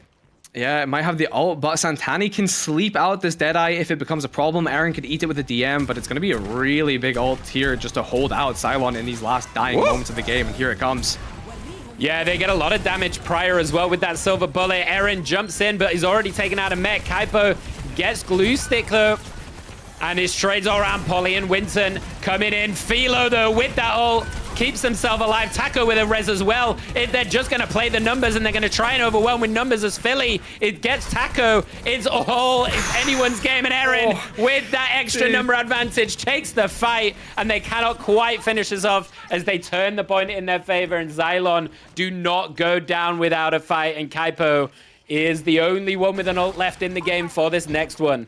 Absolutely not. We are in for a series between these two teams. Kaipo, as you said, the only one with that ult, but Aaron coming on to that D.Va self-destruct. Mostly used for a remake, but could be found, or could find some kills if used correctly. But I mean, so close, and Cat and Slipper is just looking to shut out one more fight is all they need. And can they do it with this next fight? Yeah, look to the ult charges here. Bomb is pretty much here.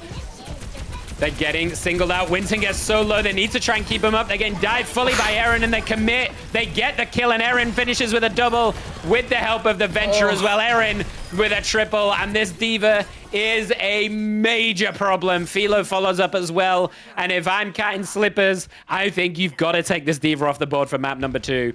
Absolutely. Aaron is just so comfortable on it, finds so much value. I can't say it enough. There's so much value, but coming into the last moments on Zyghlon's point now, can Slippers find anything with this beat? Yeah, they just to get them in. Honestly, the hint is quite nice. It takes Aaron out of mech. They look for the frog stomp. Winston goes down though, and look at this poor soldier. They're getting absolutely run down, and there's going to be nothing left for Cat and Slippers, who started off so well. But Zyghlon come back in with sheer force of will, one fight away from losing, and they say not today as they take this series 1-0. Yeah, I mean, as I said earlier in the series, they're being pressured hard, and they're going to have to level up if they want to do this. And I think this has been such a good map for both these teams. We've seen such strong showings from almost every single player on this team, in this game. But Aaron and Filomento on this double dive have been stunning. Yeah, just a really smart switch to the Anran. You know, we were talking about how are they going to get past this kind of hog comp that Cat and Slippers have come up with, and they say, well, we're just going to dive past them and get the kills where we need to, and Anran shows up and they get the work done. So really smart switching, really good team coordination as well between those two with the dive, and big shout out to the supports, keeping everybody up. Yeah, always support your supports. Always, yeah. Supports are the backbones of the team, guys. You can't do anything without them, all right? The second the supports are gone, you have to fend for yourself, and that's kind of difficult. So, yeah, big shout out to the supports. As always, they do such a good job, and they go unnoticed half of the time. Yeah. But, yeah, I mean, the double dive, as you said, was just so beautiful. Aaron, so strong on that D.Va. Gonna have to look towards banning it out or just finding some way to play around that D.Va.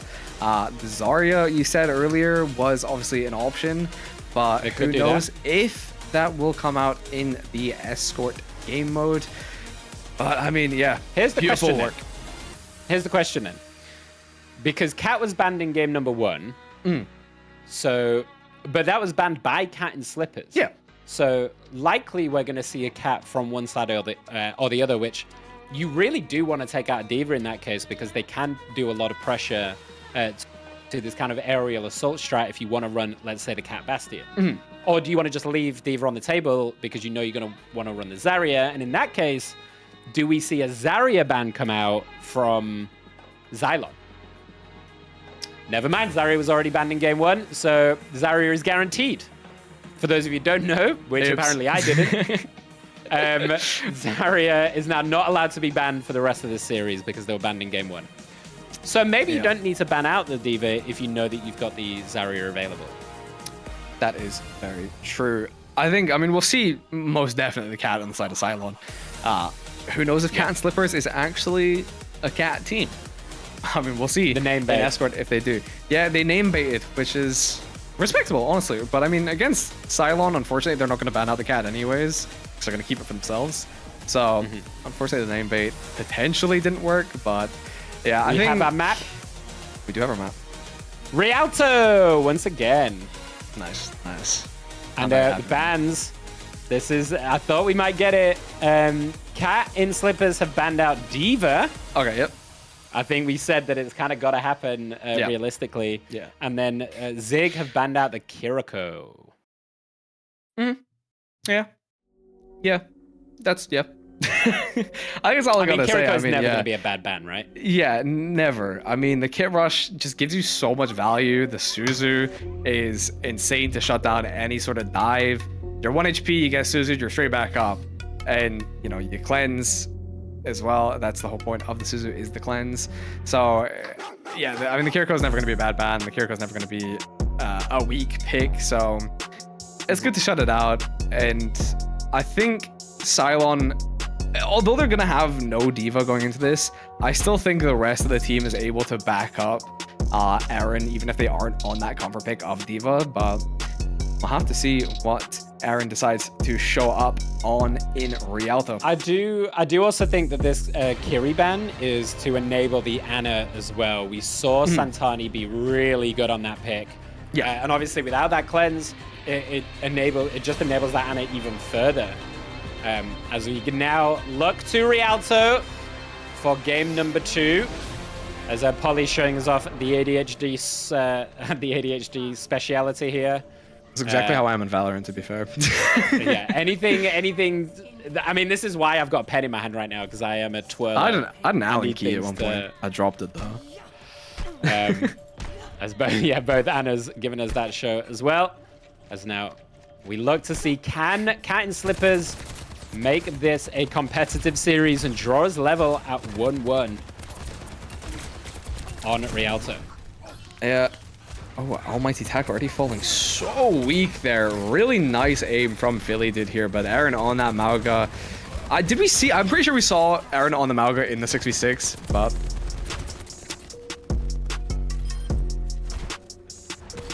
So we are just getting information right now. Please bear with us. We do apologize. Apparently the bans were... We did it in the wrong order, so apologies. A little bit of administrative error here. So we're going to have to remake that map and start over. So please do bear with us just a moment. We apologize for the interruption. In the meantime, you get to hear us yap. So just for any of you who, if you have just joined us, and maybe this is your first time watching KTN, and you have no idea what's going on, this is what we're doing this evening for the Dragonblade Arena League. And the way that the maps work in this tournament is we have pre-selected 9 maps from the competitive pool. 3 per game mode that will be voted on by the competitors as we go through. We already saw the control game mode in game number 1 that was decided by the coin toss. The second map is the escort, which we know is Rialto. And if this goes to a map 3, we will then be going to a flashpoint map where the loser of game 2 will decide for the tiebreaker which map we go to. Do you want to talk a little bit about the scoring real quick? Absolutely. The scoring is based on the game modes on offer, control, escort, and flashpoint, and 3 maps are standing in the way of each team. You'll win 2 in these games and you are through to the next round. You'll lose 2 and you are unfortunately done for the night. So yeah, scoring is based just on the game modes at hand in a best of 3 series. Yeah, and remember, tonight there is money on the line. This, I believe, I might be quoting wrong here, but I believe this is the first time that we have money on the line. This is our first prize pool tournament at KTN. I paid entry. If not, I will be shouted at in my ear, I'm sure. But $125 on the line tonight for the winner of the grand final, which will be coming up after this series concludes. It's a very... I mean, we've seen so far the teams look hungry for that prize pool teams are showing up in full at their strongest, and we've seen some very, very talented players already. And we still have the final to go as well. I mean, we've had such a good series already, and we have the finals between two of the best teams in the entire tournament. So I'm very excited to see what does happen in the finals after this series does conclude. Though we still have to finish off this very, very close series. I'm excited to see what does happen. The map of potentially Rialto, we might be changing the map. I believe it is going to be Rialto still. We're just sorting out the bans right now. But in the meantime, I get this question a lot. I can see this being talked about. This is my tree. This is Bruce. Gotta talk about Bruce. Yes, it is a Christmas tree, but it's currently in birthday gear. And yes, it is here all year round. If you watch more KTN, Bruce is a staple. Bruce is never leaving. Yeah, and Bruce is a permanent fixture. So, yeah, I believe we are going back to Rialto, so it's going to be the same map. And I believe it's actually a hog ban. Yep. We are going to go to a very quick break while we get this sorted out. We apologize for slight errors here, and we'll be back very shortly to carry on this series with you.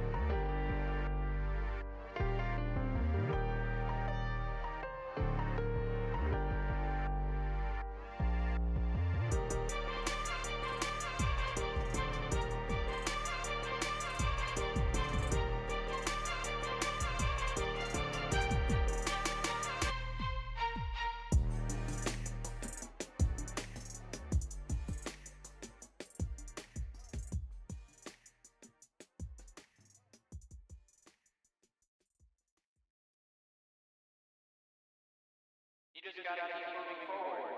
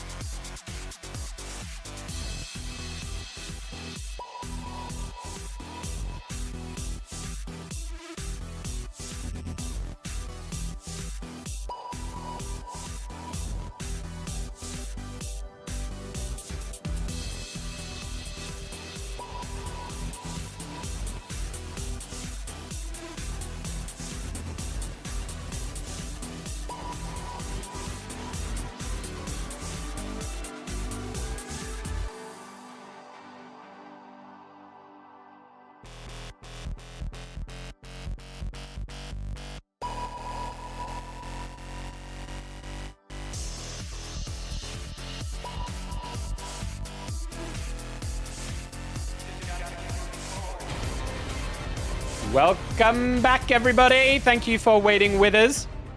We apologize for the slight delay in getting this one started. Just a little bit of confusion. So as we get back in, Cat in Slippers have actually banned Hog. We are back on Rialto, but Hog is out of the picture. So D.Va is available for Aaron, and Ashe is taken out by Zighlon. Yeah, it's a bit unfortunate that Winton Gaming, Winton Gaming. I was gonna say Winton in Gaming, but that is just not the name. That's but just no, we do see the Overwatch. Reinhardt. Fine, yeah. Honestly, we finally do see the Reinhardt come out. Unfortunately, it's not a Reinhardt 1v1 as Aaron is on that comfort of D.Va. But yeah, Santani, the cat is now open. And Santani is back on that cat, so we are going to see more AC 130 or Castian, whichever one you prefer, whichever one. Yeah, I'll stick with AC 130. Sticking to my guns, so to speak. Absolutely. Yeah, they're going to be bringing that back with Taco as well, and it's just going to be a full aerial assault here from Zighlon, the D.Va, the Mercy as well on top of this duo. So look to the skies as we see their answer is to go with the Soldier. As we see a Novice there on the Sojourn also trying to mark that cat. And in the front line, Winton is going to be swinging away with his hammer. Not going to be able to do much about the aerial fight, but is just going to sit on this point and be this meat shield.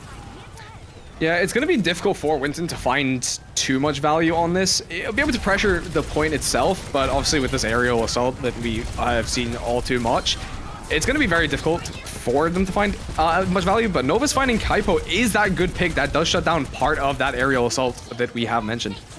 Yeah, the res comes in though straight away, so Kaipo is going to be back in the fight, and we see the switch from the Rhine already onto that Sigma.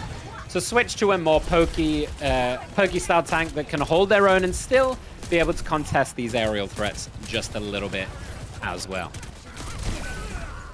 Oh! Absolutely dumped to the face from Novice, who is showing why they chose to go onto this Sojourn. Putting that pressure down as Aaron does have the bomb to use if they want, and this is a tight place in this corridor, and throwing it straight in there. Gets Novice as well. They wanted that target, and they get that target as well. Probably looking for the stomp. They get the melee on the way through to finish off Philly Dude, and that is going to keep it 4 meters away from the point. Targets Polyfrog, and that is going to be a full routing as it's just Winton left on this Sigma. And point 1 taken already by Zighlon. Yeah, I mean, Aaron finding so much value. The bomb use there gave off a bunch of space. Did find Novus as well, which is a big bonus of that ult. And yeah, gave so much space, and Aaron is able to follow up so easily on a lot of these plays. We see Aaron getting multi-kills almost every single fight, it feels. And I mean, Cat and Slippers just sadly couldn't do too much about it, but they do have a few ults coming up here. Yeah, looking for a nano combo here, whether it's going to be nano Novice, on this Sojourn, or whether we're going to be looking for a nano Visor as Philly building up to that as well. Winton has that gravitic flux as well. Great rock to throw in Aaron's face. Keeping this high ground as they get kidnapped completely off the map. They use that flux to keep themselves alive and get a kill on, don't get a kill, but help to get a kill as well off the back of it on Philo. Stomps on towards Taco, and really well done from Winton to turn that kidnapping into a kill of their own instead.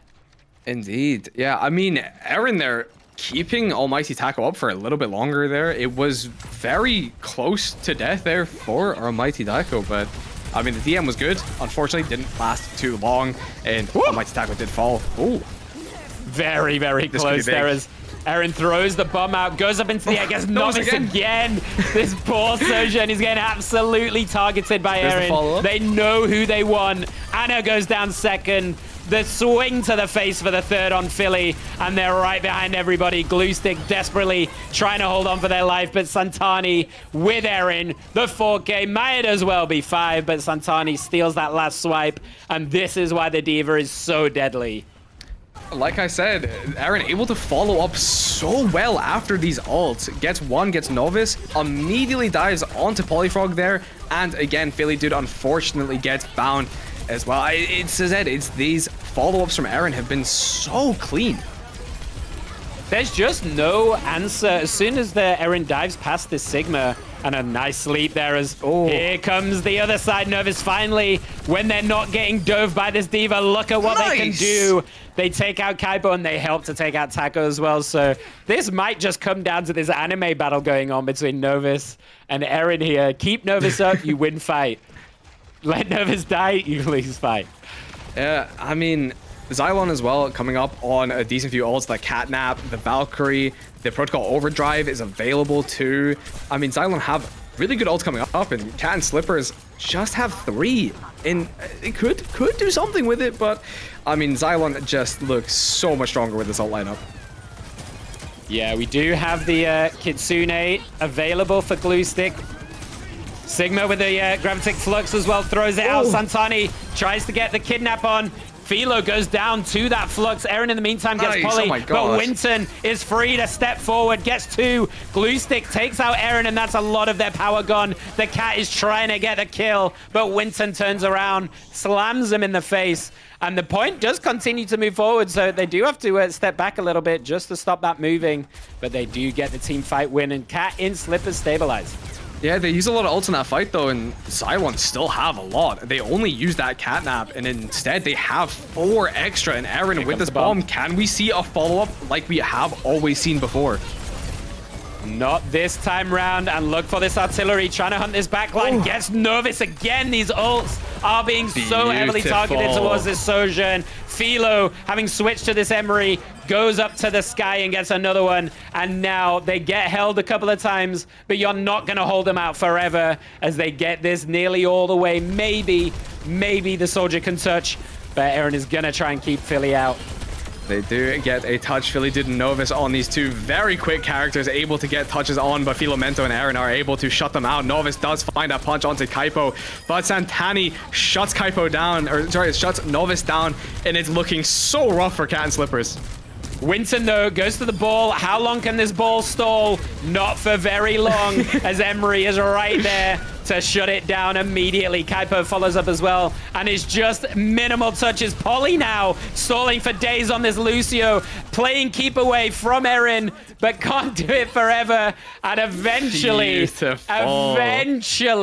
they get it. But honestly, credit to Cat and Slippers for burning down the time for nearly an extra 40 seconds with that 1x1 stall at the end.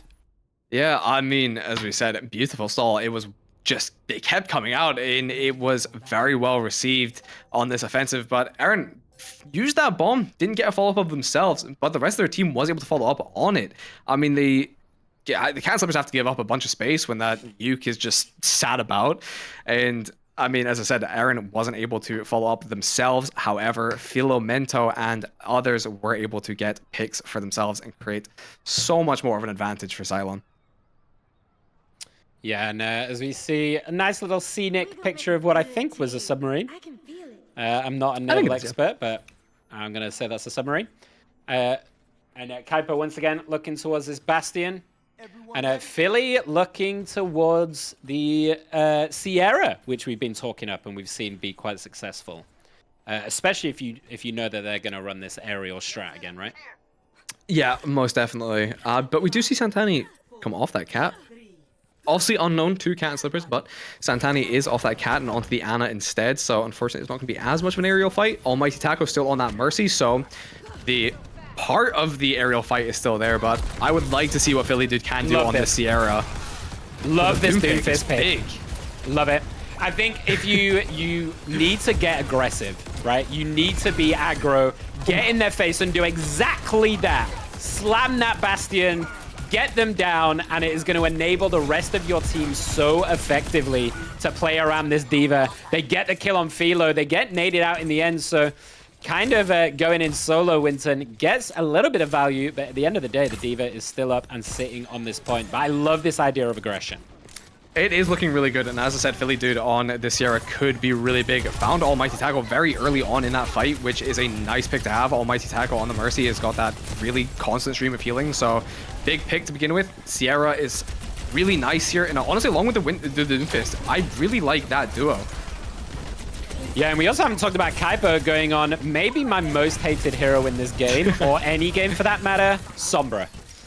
As we see them playing this side angle, and just going to be an absolute nuisance. Maybe get themselves out. Oh, get sniped out by Novus, though. Lovely shot with that railgun. They do go down as Philo does get the trade out. The bomb comes out as well. Winton is well away from it, but they get hacked. They have forced to use the ult just to stay alive, try and get any pressure on this backside, but just hiding around that pillar. And with a great sleep as well, Santani is playing this Doomfist like a fiddle, and poor Winton is being batted around like a pinata as Santani finishes them off, and that might force a switch, I think, because, Santani has their number. Yes, I mean, Kaipo, with this Sombra, the hacks are going so big onto the Doomfist. It pushes that switch now. Winton, on the namesake, Winton, comes out, but we don't know how this could go. I mean, Zighlon coming up on 4 ults now. The Visor and the EMP is almost available, but here comes the kit rush from Cat and Slippers. Yeah, and this is going to be trying to just brute force their way through as Philly gets that first kill on Taco, so no res, but Philo with the double kill off the back of the sights as well. Novus is still here and fighting, does take them out before there's any more damage from that. They're trying to keep them alive. Kaipo takes out Philly using that Sombra, and Erin is just dancing around this fight, pins Winston in the corner, gets them out, and they win out the fight. The war of attrition, they'd managed to just last longer in these fights, and that's so much down to this duo of supports. Yeah, I mean, honestly, this comp that comes out from Zighlon, their switches have been so good, I feel. They just know what's right and what can just completely shut out the other team. But this EMP could be really big here, and I think Kaipo might be looking to find it here. Yeah, so there is a lot to work with as the Nano goes out. So lovely Frog Stomp, though. Philly had the ult as well. And Erin gets Novus, was just the other one who had the ultimate ready to go. So it's a Nano used for nothing as Winton does finally take out Santani, but Erin was in the right place at the right time, as they have been all day long. This D.Va cannot be allowed to be played if you can take it out in any of the games, because this is a monster pairing. Erin might just be the best D.Va in the world, and I'm going to coin that right now. Like, I don't think I've seen anybody be this dominant on D.Va. It's been truly spectacular the entire way through this night. And they're just going to keep going. If they keep it up at this rate, they're into the finals. And it's going to be an awesome finals to watch. But Novus with this overclock is looking for something big. Yeah, trying to spot out this pesky little Sombra. They get Taco instead. Novus with a triple. That was absolutely unbelievable to get all 3. And that might be able to get them to the overtime and push it to at least the first point, just off the back of an absolutely hero play as Winton gets the rage going, pins them in the corner, and Erin is trying to fight for their life, finally goes out, cannot get anything done, and take a bow, Novus. You might have just pulled this off by yourself, as Winton jumping in, trying to keep it alive, trying to keep them pressured back so low, but they're kept up as Philly Dude now takes over the reins, and they get it. Unbelievable. Novus said, no, not yet. I'm not finished. I want to be in this tournament just for a little bit longer, if anything, and came out the overclock, finding so many picks in a very beautiful play. Philly Dude coming in as well, showing prowess of his own and pushing this point to the next checkpoint. And now they've got so much space to work with. Cat and Slippers are going to push this point so far, it seems.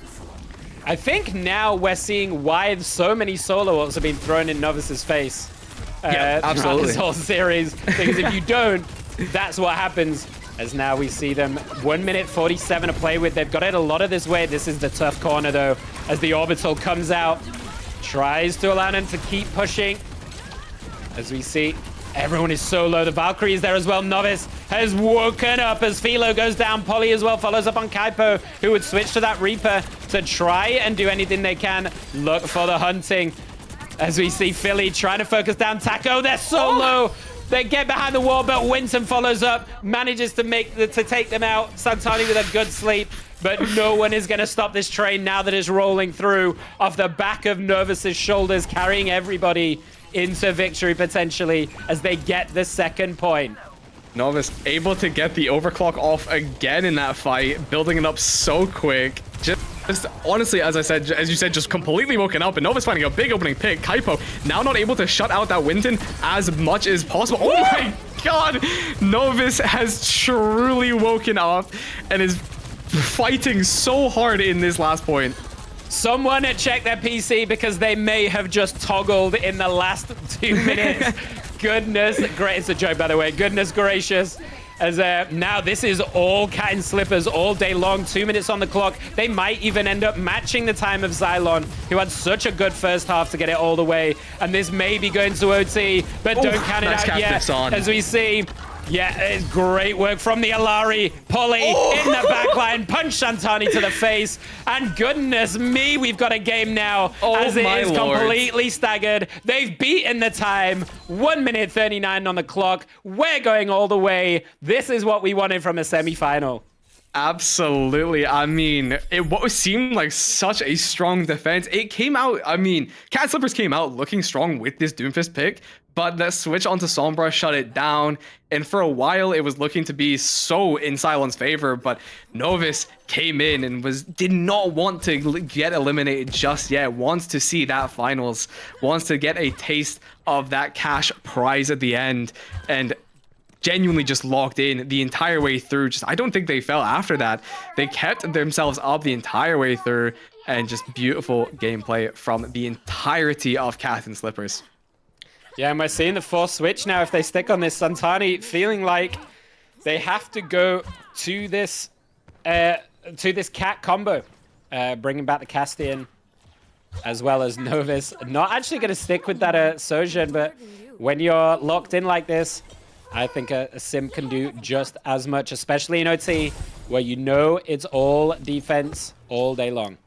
Yeah, you have the tiniest bit of shield to farm that damage increase from that D.Va, but I mean, I do like it. I'm curious to see what Novus could do. I personally would have just preferred to stick with the Sojourn. If I'm performing well in the character, I don't want to switch off. I'd be scared that I just lose. But I have to respect it. I like the switch, honestly. I'm very excited to see just what this overtime can bring us. Yeah, I think Sim can do a lot of work as well. You know, just so even just mark targets, because you know they're going to be on this D.Va. You know Erin's going to be doing this jump around, as we see Winton actually matching this D.Va and probably going to try and just follow Erin around and cut off anything that they want to try and do, or at least try and help whoever they're diving on as Philly. Big kill on Santani, and they're going to see this really good choice, honestly, from Philly to go on this Sierra and probably switch off the Cat because it's a hard matchup. As we see now, they do get the kills coming in though. Erin apparently cannot be matched as they still manage to find the kills.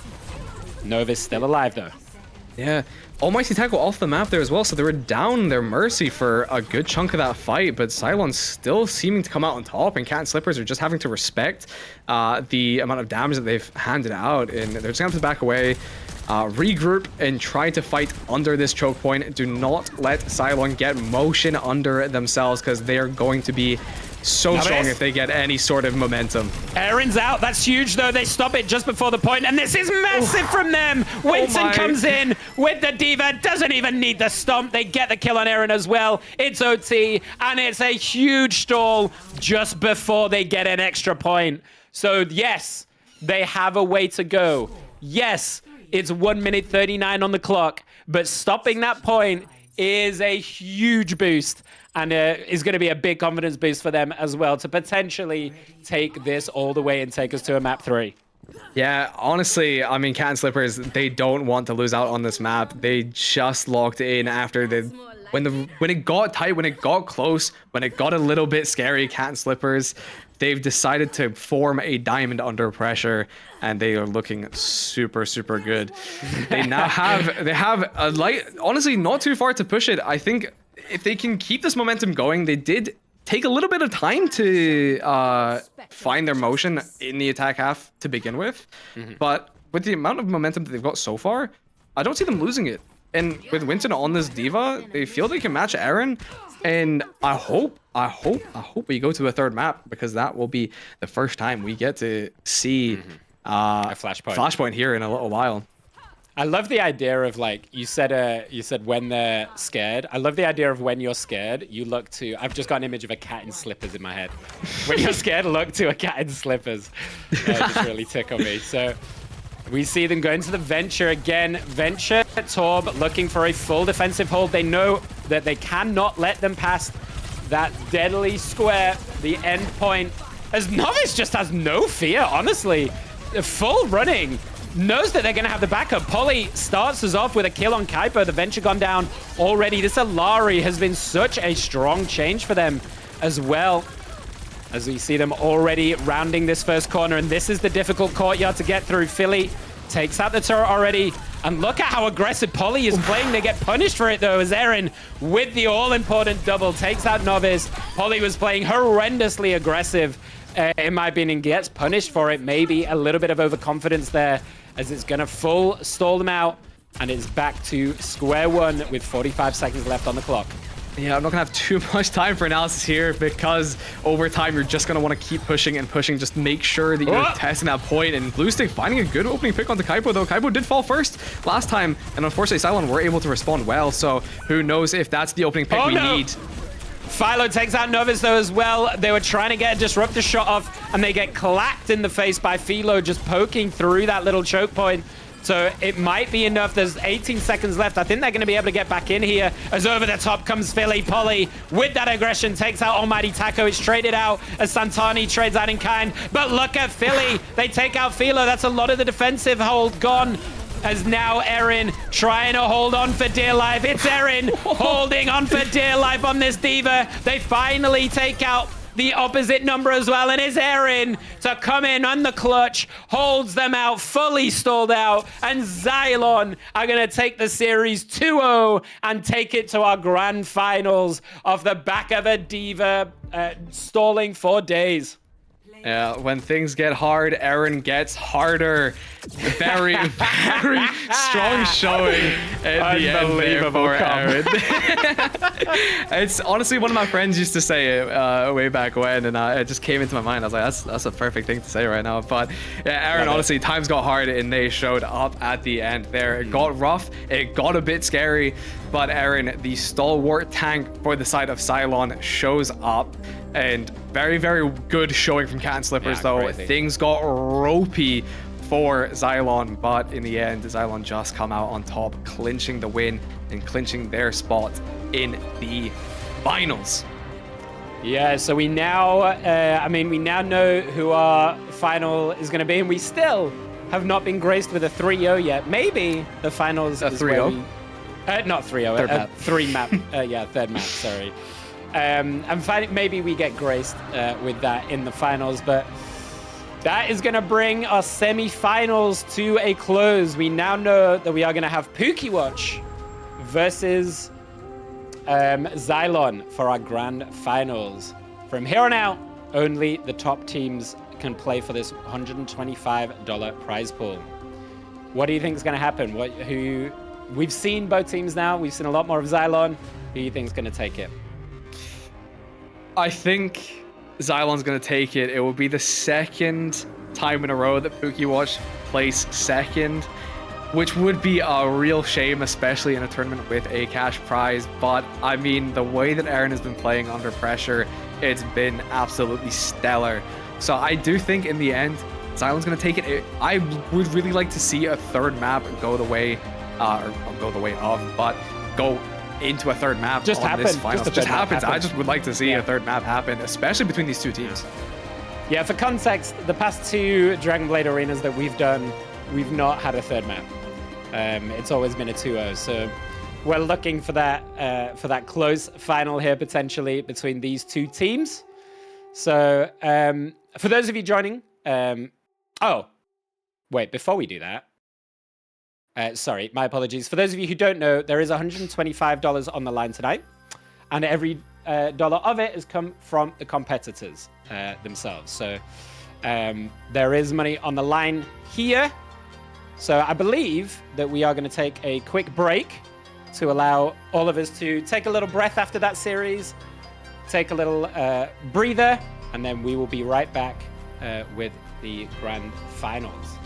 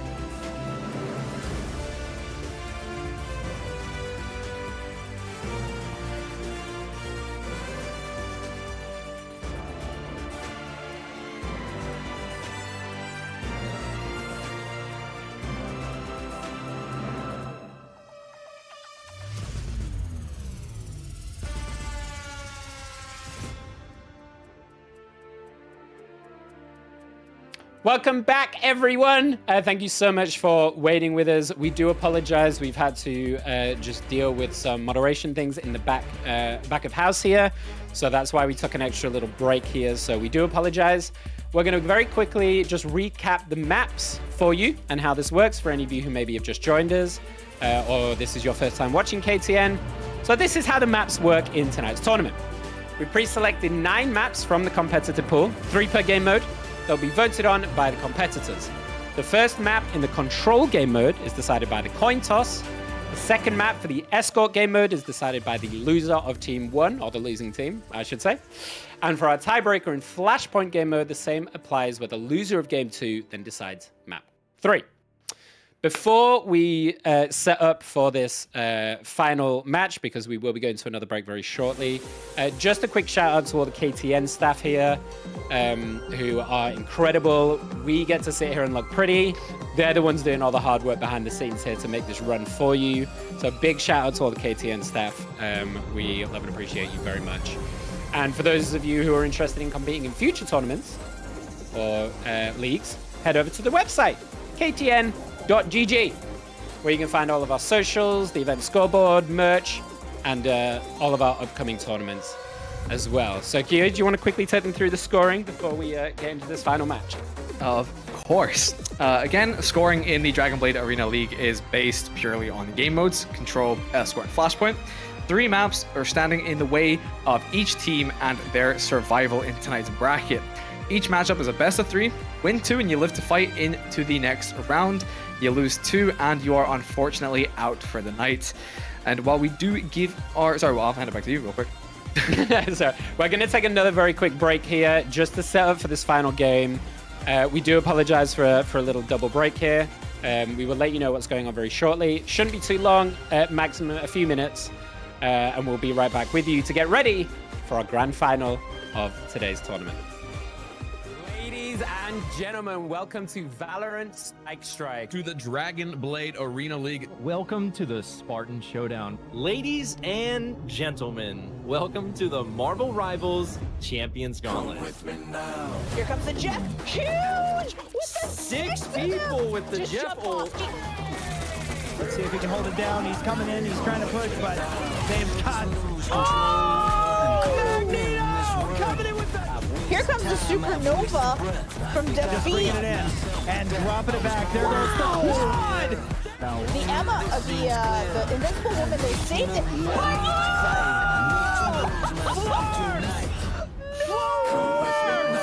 The Mixer, if they want to pop in they go. The Palpatine is there. They want to push straight through. Sova is in the smoke, and Mixer gets the first. Just full sending it. No fear at all. Miz goes down as well. They're going to send it straight into spawn. This is the most ridiculous ultimate in the game. Hit or backup, depending on how it goes. Goulet, though, burning the wingman, trying to swing out, get a pick, an instant headshot. Oh my gosh! With the Molly too! As Fornication gets tapped down. The 3 from Mixer, the slide out. Oh, Mixer! Power rifle. Double kill, killing spree, Swifty. I can't wait to see what you do with that thing. Little sneaky action and a perfect. Gonna get a double kill. Raz around, not messing around. Of what you just described in the chat of pushing B with a 4-man. Realistically, they're almost pushing A as a 1-man. Oh, running riot with the grenade kill. Man, it's so difficult now. Hollister big all in response as well. Look at his positioning though. Oh, That's a crazy positioning. So the Hottie's back at full strength. Bard gonna try to ult, get some damage off, and follows it up. Especially with Okami and his hit rush, it's going to be very difficult. But Oh, it's a great bomb. Looking for that Mercy. Can't get a kill though. Oh, with the bomb. There's only one way in from that angle, so to get... Oh my God! What? I'm gonna burn that. We're gonna go that res early. Oh, Oh, shit, shut it. Oh my gosh, Benji popping off. Don't challenge him. Don't challenge him. Leave him alone. Come with me now.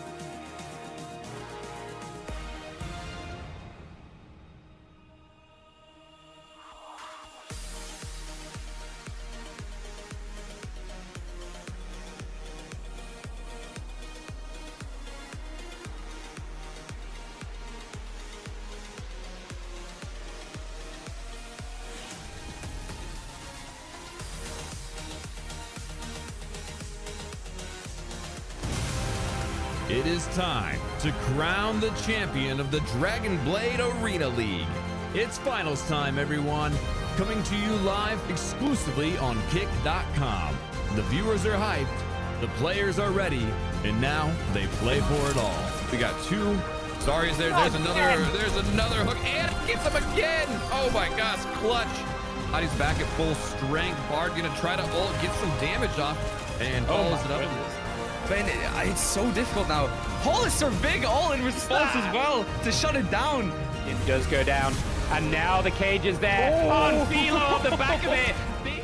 Clap to the face as the Signal is looking for that Mercy. Can't get a kill though. Oh, Mister with the 4 over the top.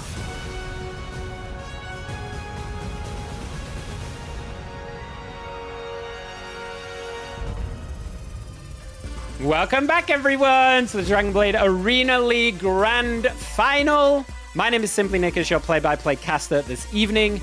And joining me again is my wonderful co-caster and game analyst, Kiyoya. Hello. Hello. Now, before we get into this grand final, we just want to quickly address something that has been brought to our attention regarding player ranks in this tournament. All of the ranks in the tournament today were based on a diamond average. All of the information about how this works is based on the current ranks and is all available on the Discord and or the website if you want to go and check it out for yourself. Every player has been reviewed by KTN prior to the tournament start to make sure that they fell within the bounds of the rank point system that is set up. So we just wanted to clear that up in case there are any questions around particular players, that everyone has been reviewed. They fall within our public guidelines that we have set out for everyone, and everyone involved has agreed to the tournament rules upon applying and being a part of it. So thank you for waiting with us while we just clear that up for you all. But with that being said, let's move on to our grand final. I'm very excited, looking forward to this one. And we are getting Pookiewatch versus Zighlon. And once again, we are kicking off on Samoa. Or we would have done if Overwatch hadn't just crashed. So let's talk about, while we wait for Overwatch to come back, let's talk about this matchup and what we're going to expect. We know some of the big picks, but let's talk about some of the players that maybe we haven't highlighted as much. In particular, let's talk about some of these support players who I think are making a world of difference in these games. We've been talking up these tanks. We've been talking up DPS players like Aaron, who are kind of dominating the kill feed. But all of this only happens because the support players are there. So let's touch on those a little bit. Yeah, absolutely. We've seen Almighty Taco on that Mercy almost the entire way through, and same with Sailor Mars as well. These Mercy picks have been a spot of comfort for a lot of these support players, and it seems to be a spot of comfort for the entire team, as the damage boost just creates so much extra damage, and it seems to just fit so well with a lot of these teams. And a lot of people don't like Mercy. Ranked players hate the Mercy, but I feel like this is proof all that you need that Mercy is a good pick. Mercy works. Mercy does very, very well. But yeah, we've seen it a lot. I think it's because she's very narrowly focused into extreme healing, extreme damage boost. There's not a lot of utility there in the same way that you have something like a Kiriko cleanse, or you have the Ana nade, or you have the Lucio movement speed. It's very one-dimensional. But from what we're seeing from these teams, that one dimension is all they need to really facilitate and push their DPS players or their these very aggressive tank players forward.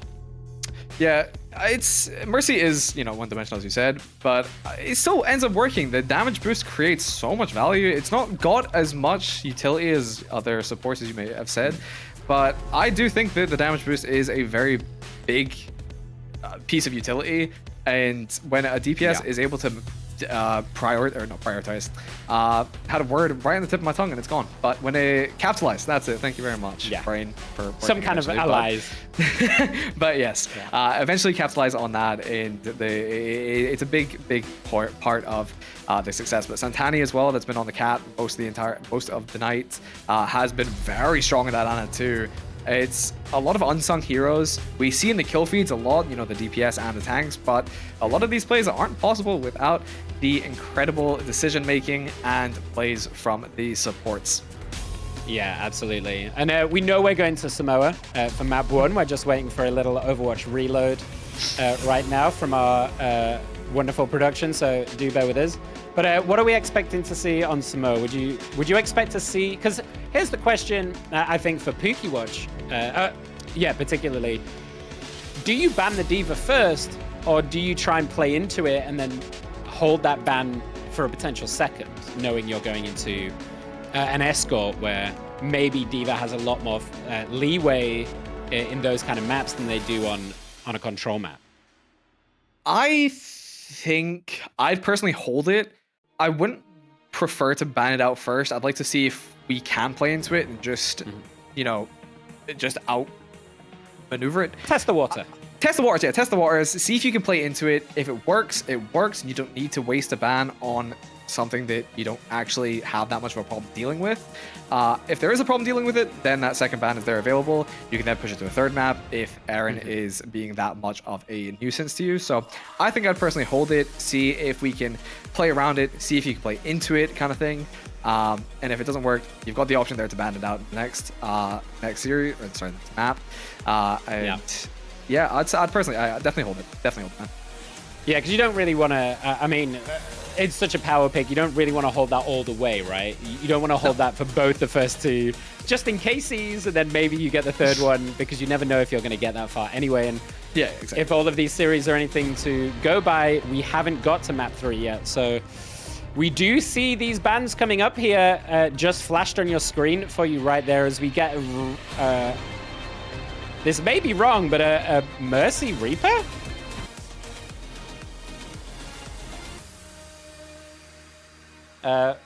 Once again, apologies. I think Overwatch is having a bit of a hissy fit, and apparently doesn't want us to play this grand final.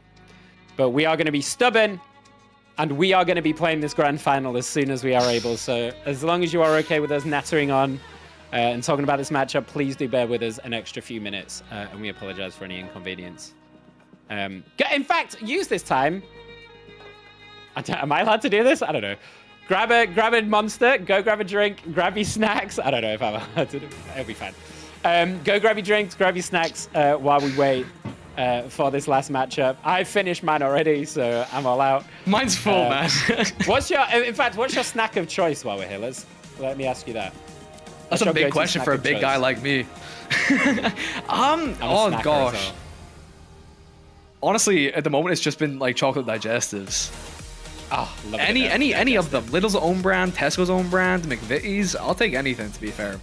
Does that mean anything to Americans if you say chocolate digestive, or is it called something else? I don't think so. I don't think it means anything. I think that's just a thing for me and you to let laugh us about know any other in chat, potentially British viewers. That might be a very British thing. And me and Kyo are both this side of the aisle, so that might mean nothing to you. Also, Haribo. Do you guys have Haribo in America? Is that thing? Yes. That's surely, right? Yes. Okay. I hope Haribo's, so. I have a massive sweet tooth, so Haribo's my go-to. I said I'm chocolate digestive man, but like I don't have that big of a sweet tooth, to be fair. I'm much more of a savory man. I like my hot foods. I like that. I'm not the biggest sweet tooth guy, fortunately. I would have here's a horrific fact for you all. I don't know why I'm telling you this, but we're waiting anyway. I would have 4 sugars in a cup of tea for most of my life. I've never had sugar in my tea, man. I can't. 4 sugars. I cannot do a sweet tea. Can't. I don't know how I've still got teeth, honestly. Yeah.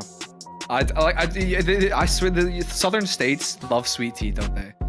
That's like a big thing. Sweet tea's a thing, isn't it? Yeah. But it's. I can't. I'm so cold, sorry. Isn't it cold sweet tea? It's like yeah. I thought which cold, is okay. wrong. I can do iced coffee. I can do cold coffee, but cold tea, no. Can't do cold tea. Especially sweet tea. And seeing as we're creating this divide, if you microwave tea, you are horrendous.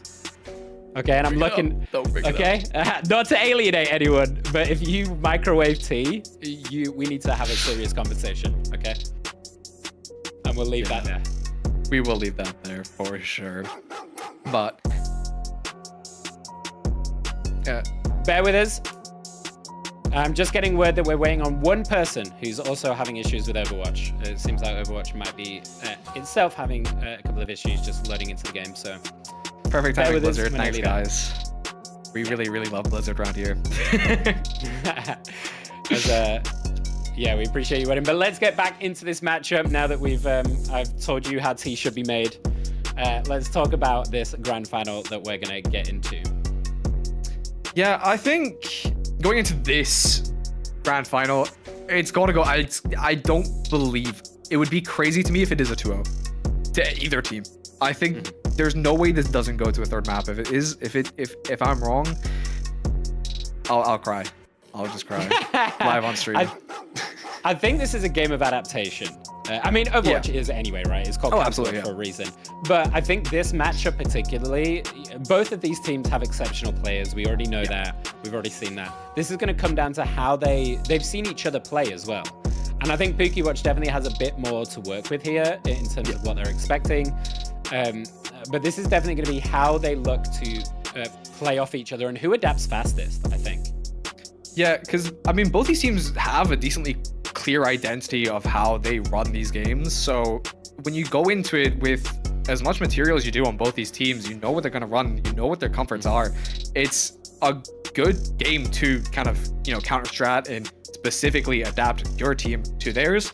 If you end up adapting pre-game, then it's going to be completely new and you're both going to end up running something completely different and you're never going to know what's going to happen. But I think they'll probably end up just sticking with their comforts to begin with, and then they'll switch it up to begin with. They'll adapt as time goes on. They'll adapt to what they need as they need it, and it will be a good game. Absolutely. We've seen the ups and downs of Zighlon, and we have seen how good Pookiewatch can be, so uber excited for Here's a pick this. I want to highlight that I think we've not seen, as I can see everyone's still talking about Microwave.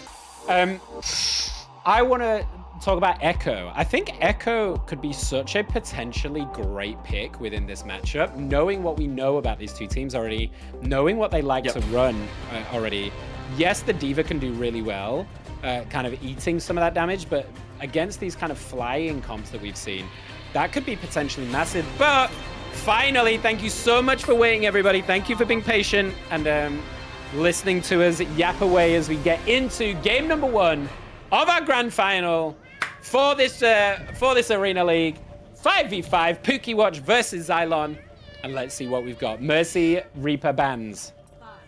Yeah, shutting out Hollister on that Reaper, we've seen how good he can be, but obviously it's shut out now for this first map, so we'll see what Hollister can do on the Vendetta. Oh, we haven't seen a Vendetta. We saw it in the 6v6 quite often, but here, this is the first time we're seeing it. But have you seen it today? Yeah, we've seen them switch to it a little bit, particularly Kaipo.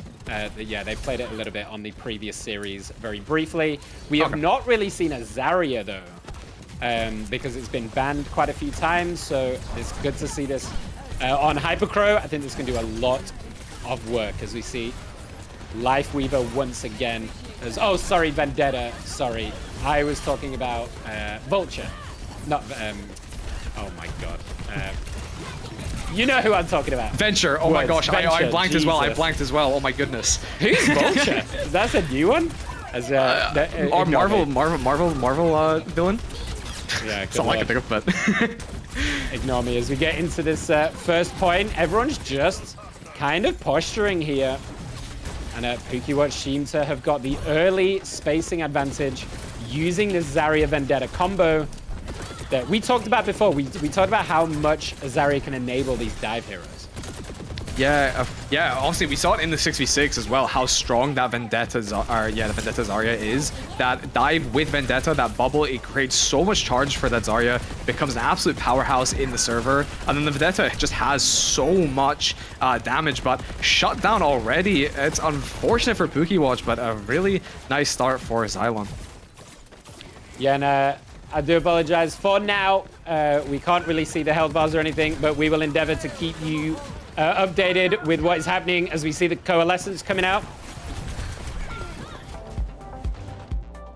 And because of that, I believe we are going to fix these overlays for you because it's real hard for us to see what's happening.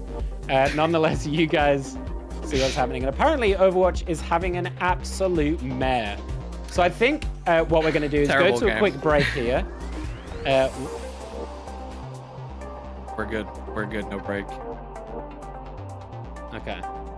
Never mind. We are gonna continue in just a moment as we get this all fixed up for you.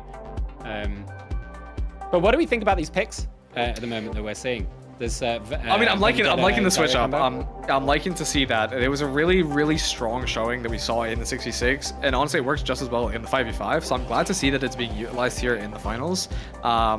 I do really like it, as I said, and I think that Zighlon's going to have a bit of a difficult time trying to deal with it. We saw already that they shut down that Vendetta quite quickly, but I mean, we see things get shut down quite easily to begin with, but then eventually it starts becoming a nuisance, starts becoming even harder to deal with. So I think for now, it seemed to be in Zighlon's favor, but going forward, I could definitely see Pookiewatch starting to build up that momentum and start snowballing. What's the best way, do you think, to try and shut down, a Zarya Vendetta dive? Because you can kind of try and play around the bubble, maybe use some mobility to play around it. But, I mean, Vendetta is maybe one of the most mobile heroes in the game, potentially. So it's quite hard to run away from, It is quite hard to run away from, but I think you have to rely on your support spacing. Rely on your support spacing, you get hit by a little bit of the abilities of Vendetta, you get healed back up, you avoid that bubble, and then the second that they're out of their mobility and they haven't found a really big amount of damage or big pick, there's that sleep available as well if Santani is on that Ana. I think they're still on that cat, if I'm not mistaken. But yes, I mean, we will see in just a second, hopefully. But yeah, I think there is ways you can definitely play around it. You play around that support spacing so they're not getting dived on immediately, and then you get a nice little bit of damage.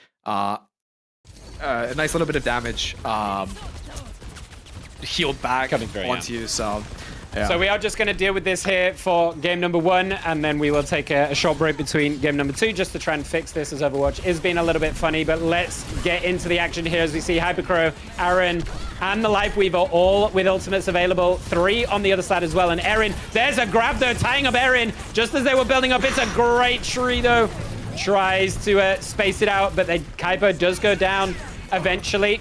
Erin managing to get back in the mech. The sights is out, but gets kidnapped. Ooh. As soon as Aaron pops it, gets shredded out. That's fantastic from Santani. The timing, impeccable. They go down for it, but they take them off the map, so they cannot get anything further. And immediately Aaron switches off of that onto the Cassidy, knowing that they've got to deal with this darned cat. Yeah, I mean, close already. 45-48 so far for the side of Zighlon. Soon to be the side of Pookiewatch now getting that lead. But Kaipo has this Tectonic Shock available. I think there's a potential for it about to be used here. Kit Rush in response, so Hollister falls already. Yeah, it's really nice though from the Venture actually. We saw the Vendetta try to dive in and the Venture just drills them back and stops that momentum. And Hyper steps up instead and gets 3. And keeps the percentage ticking in their favor. Jordy cleaning up Taco as well on the backside. And nearly already another grab for Hypercrow. Yeah. I mean, Hypercrow just getting so much damage off, able to find that 3K. Did lose Almighty Taco on that Moira for just a second, but the Lifeweaver was able to clean up on that and find the finishing blow. And now coming up 90% for Pookiewatch. Xylon's got a tough hill to climb coming into this. There's the grab. It's keeping them all up, but they are going down low. Aaron does manage to finish them off, though, with the Cassidy. Comes in off the back of it. They were tied up for so long with the grab. And this is why we talk about Zarya as being such a power pick in these clutch moments, because Grav, the ult, is such a strong combination ultimate to work with. And that's going to be Pookiewatch 100 to 48% to take point 1. Yeah, very good. We have obviously seen that the Hypercrow back in the 66 as well was absolutely insane on the Zarya, and still in the 5v5, the skills do not falter in the slightest. So Pookiewatch are looking geared up in this final already, but the first point goes the way of Pookiewatch. It did falter a little bit at the start. Zighlon starting off quite hot, but unfortunately losing out around that 50% mark, and Pookiewatch holding out till that 100. How do you contest this Zarya, like truly? Because they're expending a bubble on this Vendetta, right? Who's making a lot of room. The Venture's doing a good job of. Occasionally, we've seen them try and hold off this dive, but this Zarya, and we have our overlay back. Oh, we can see I'm no longer blind. We can see. And we got all Feels the good. health bars and all of the abilities back. So locked in for the second part of this map. Yeah, Almighty Taco switching to that Life Weaver, having that mirror on the Weaver. And I actually respect it. Kaipo swapping off onto that Ashe and Filamento now on that Torbjorn. And Aaron, not on that D.Va anymore. My dancing dream. Onto the Malga. I don't like this tour. We just talked about the Zarya, and we talked about how much they're getting from this as we watching a little dance here, a little back and forth. But I don't like this tour because you're kind of just potentially giving a lot of free charge over. Yeah. By way of the turret.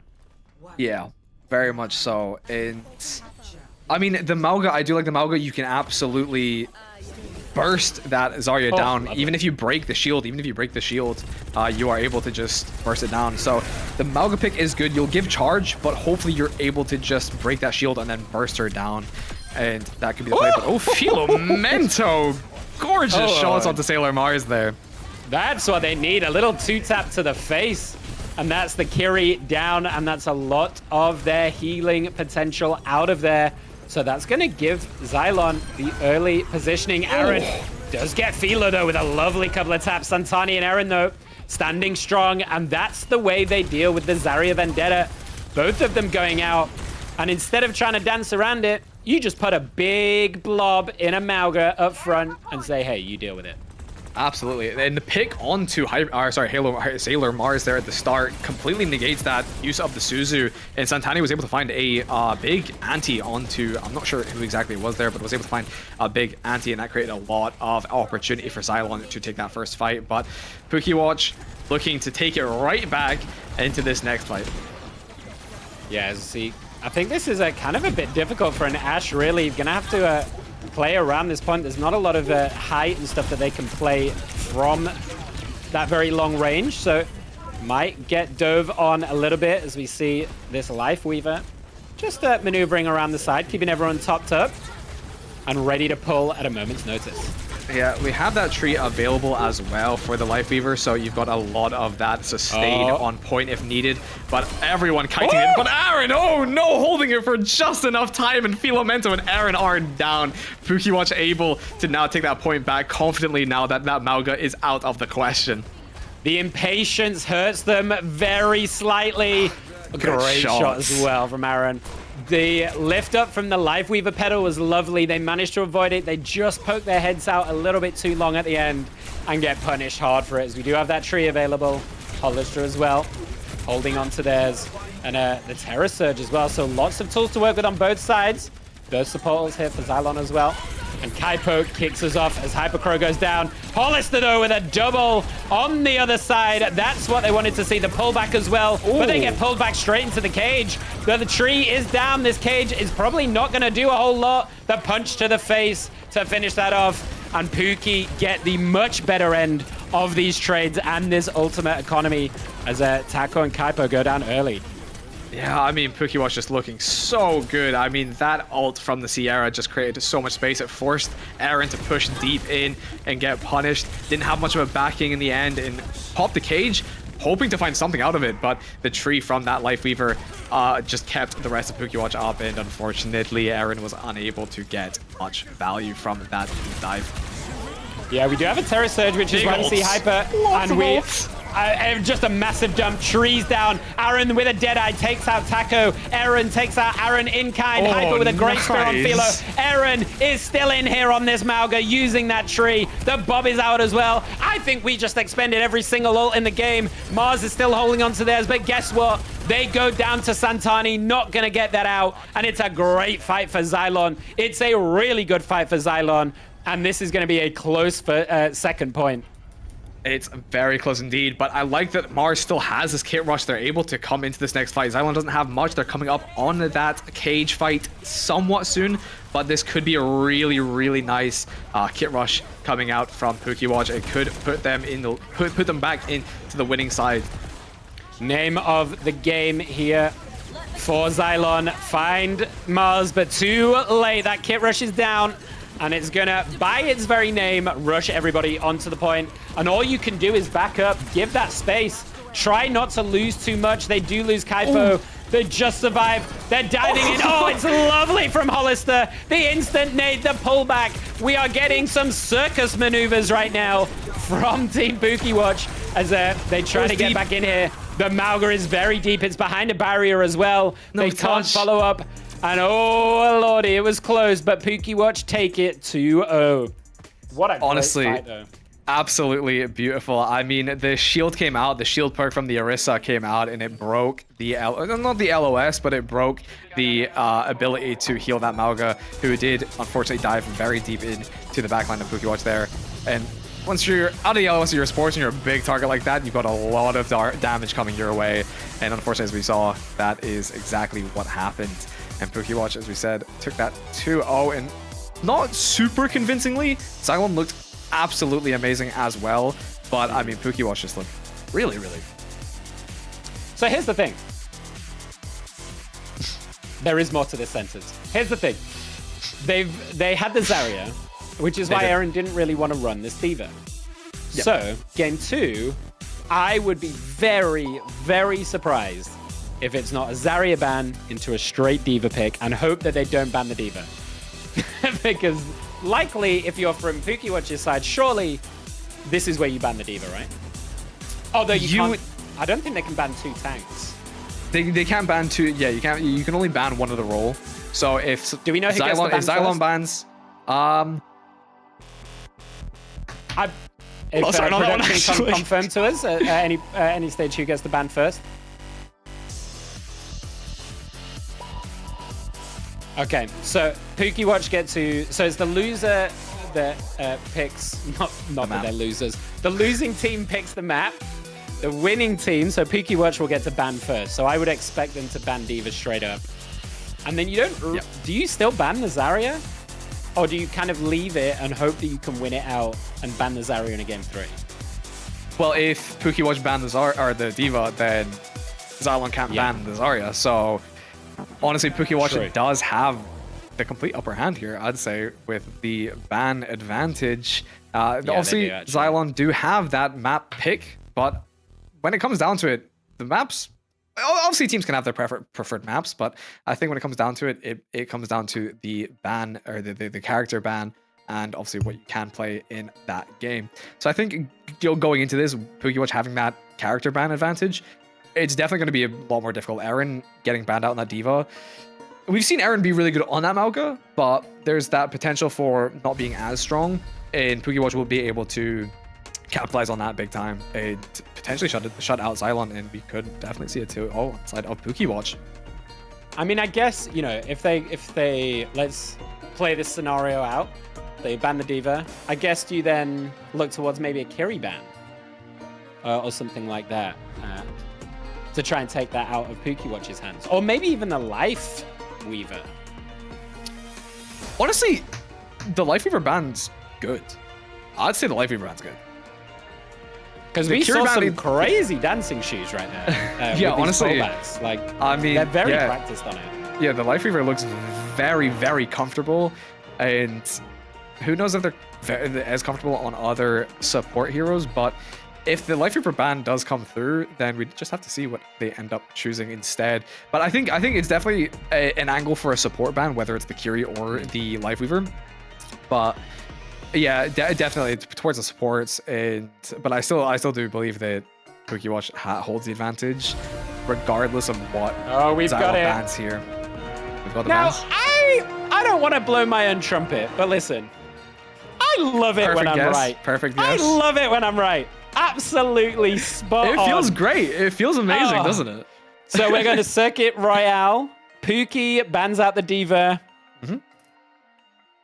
Zighlon ban out the Kiriko. Beautiful. Nailed it. Nailed it. Absolutely love for that. But I do expect to see a bit more of a poke comp here. Potentially Aaron or Hypercrow on that Sigma. Hypercrow on the Sigma. There we go.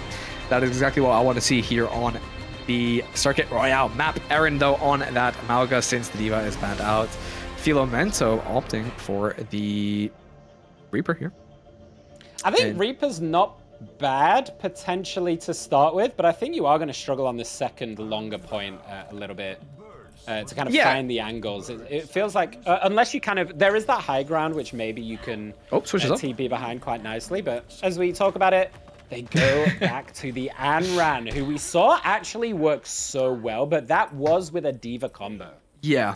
I think it works just as well with Aaron, because Aaron's, if I'm not mistaken, I could be entirely wrong about this, but Aaron's fire actually helps with Does it work with Anran. Anran? I think so. I remember playing Anran, I had Mauga, and I was like, I didn't set this guy on fire. It does, yeah, it does indeed. You can use the Fan the Fire on Mauga's incendiary rounds as well, which is stupidly overpowered in my opinion, but you know, we will have to see how the Aaron and Filamento duo ends up in this matchup. Yeah, cool little combo. As we see on the other side, Hollister and Aaron going to play this range game and just sit on this high ground and say, hey, you've got to come to us. And I think a lot of this is going to be on Philo here. Philo has to try and find these angles and try and get on this Ashe, this Bastion, this Mercy, who are just all going to be posted up. Or just play for ultimates, I suppose, but you burn a lot of time by doing that.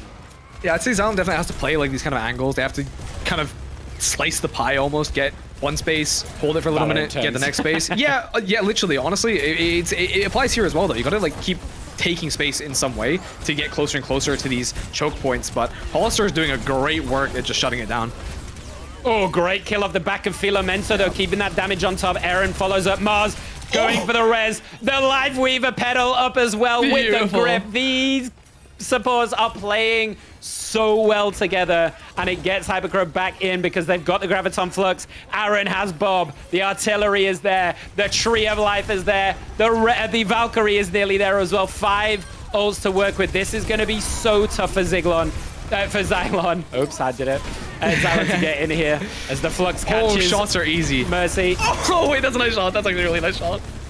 And the tree is there as well to stop any further aggression from that side. The cage doesn't catch anyone in it. And look who is at the front. Hyper, so free to just run at this backline. Yeah, beautiful shots there from Aaron. I thought that he was able to get the Mercy a lot earlier in that Gravitic Flux, but as the flying away, they flick to that Mercy and shut it down, which was really, really beautiful. And I mean, this defensive hold so far is looking really good. Aaron 1 HP diving in, looking to get that cardiac overdrive up and running. Oh, but does go down finally to the tick of the dynamite as the Valkyrie comes out. They're still holding on to this Bob as well. Taco does have a Valkyrie on the other side, but they really need to get something going here. They don't really have much to work with either. The Nano is coming up, but already the artillery is already pretty much back for Hollister, who is just so freely. All of them are sitting on this high ground, and the onus is all on Zighlon. Yeah, I think this is where we do see the Aaron falls a little bit. It's so good. It's the bomb. It was the bomb. I thought the shot hit for a second. I was going to say, I mean, Aaron has been absolutely stunning on this Ashe. The shots are good. The dynamites are well placed. The Bob has great positioning. Just so much value. I mean, yeah. As I was saying though, previous just there before I got interrupted by the play, Aaron, without that D.Va, you're not able to capitalize or rush onto these high grounds and rush these choke points that are a lot easier to contest with that D.Va, and it becomes a lot more difficult. As we see them try to get in, Philo uses that ult to just try and get anything they can. They finally get Hyper, but look who's here, ready to go. It's Mars, playing that numbers game straight up and over from Hollister. Managed to survive. The Terror Surge is here. They need to get something. They don't get anything. They need to get this damn Ashe out of the game. They do get this damn Ashe out of the game, but it's going to cost Aaron their life as they are just going headlong into a Bastion at full pelt into them. And they just do not have enough resources, I don't think, to keep this going. They're trying to hold this point. It is overtime already. This seems to have gone by so fast.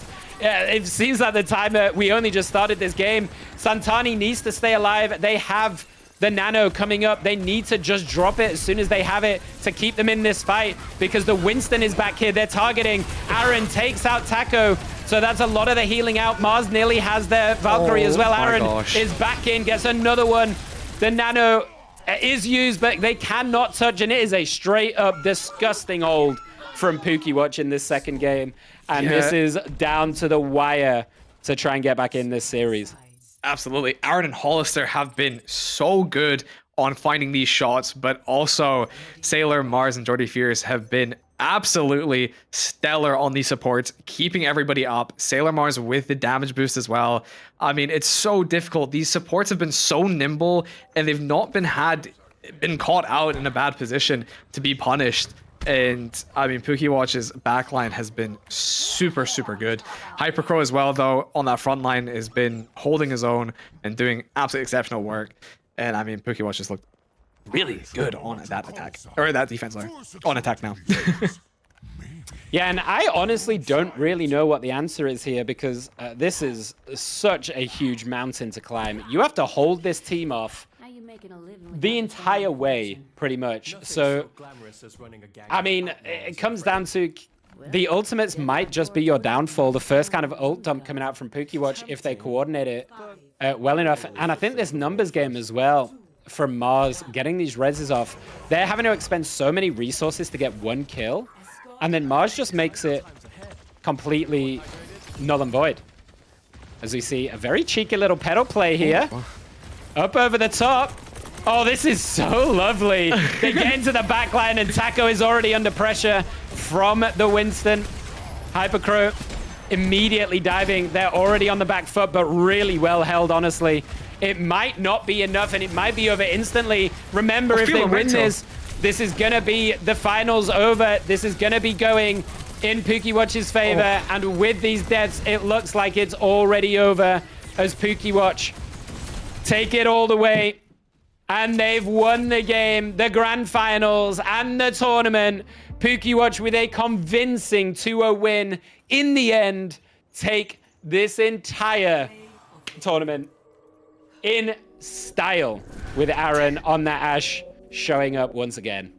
Yes, all these players on Pookiewatch have been so good. Both the supports being so nimble, their survivability was insane. Aaron hitting all these stunning shots on that Ashe, and then Hollister as well with that power boosted Bastion is so much damage to deal with. And I mean, it's a good attempt from Zighlon, but it's so difficult to fight into a team that has that much coordination and that much just firepower underneath them.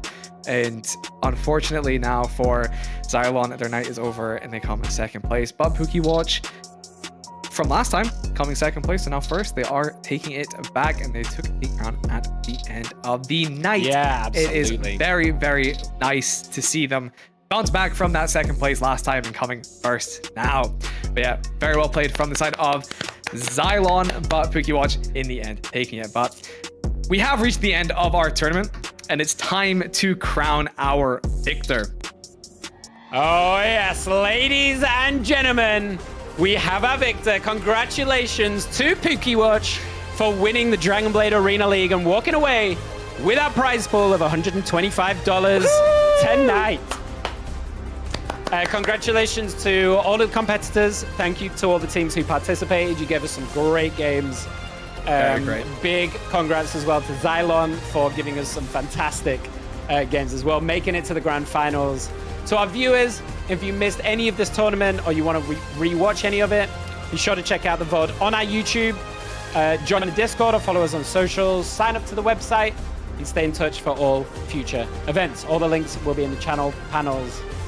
That's it. The channel panels below. If you want to participate in one of our future tournaments, anyone can sign up. You don't have to be a pro player. You just have to want to play. My name is Simply Nickish. It's been an absolute pleasure to cast for you this evening. I sincerely hope you enjoyed it. Thank you for sticking with us through any of our technical issues. Hopefully, we managed to keep your spirits up, and I hope you have a wonderful evening. Kiyoya, is there anything else you want to say before we sign off for the evening? Yeah, of course. I'd like to, give another shout out to Pookiewatch. Amazing throughout the entire night, and a very great grand finals against Zighlon there. Honestly, great gameplay all around. You guys played such an awesome tournament tonight, and that prize is very well deserved under your your feet in your hands. We really do hope to see more of you in the future, and I'm sure we will. But of course, I'd like to take a moment to thank our producer, our game masters, and the entire KTN staff for making our community tournaments possible. Yes. To anybody who is interested in our future tournaments, as we said earlier, head over to our website, ktn.gg, where you can find all of our socials, the event scoreboard, KTN merch, and any of our upcoming tournaments. Again, anyone of skill level can participate in KTN.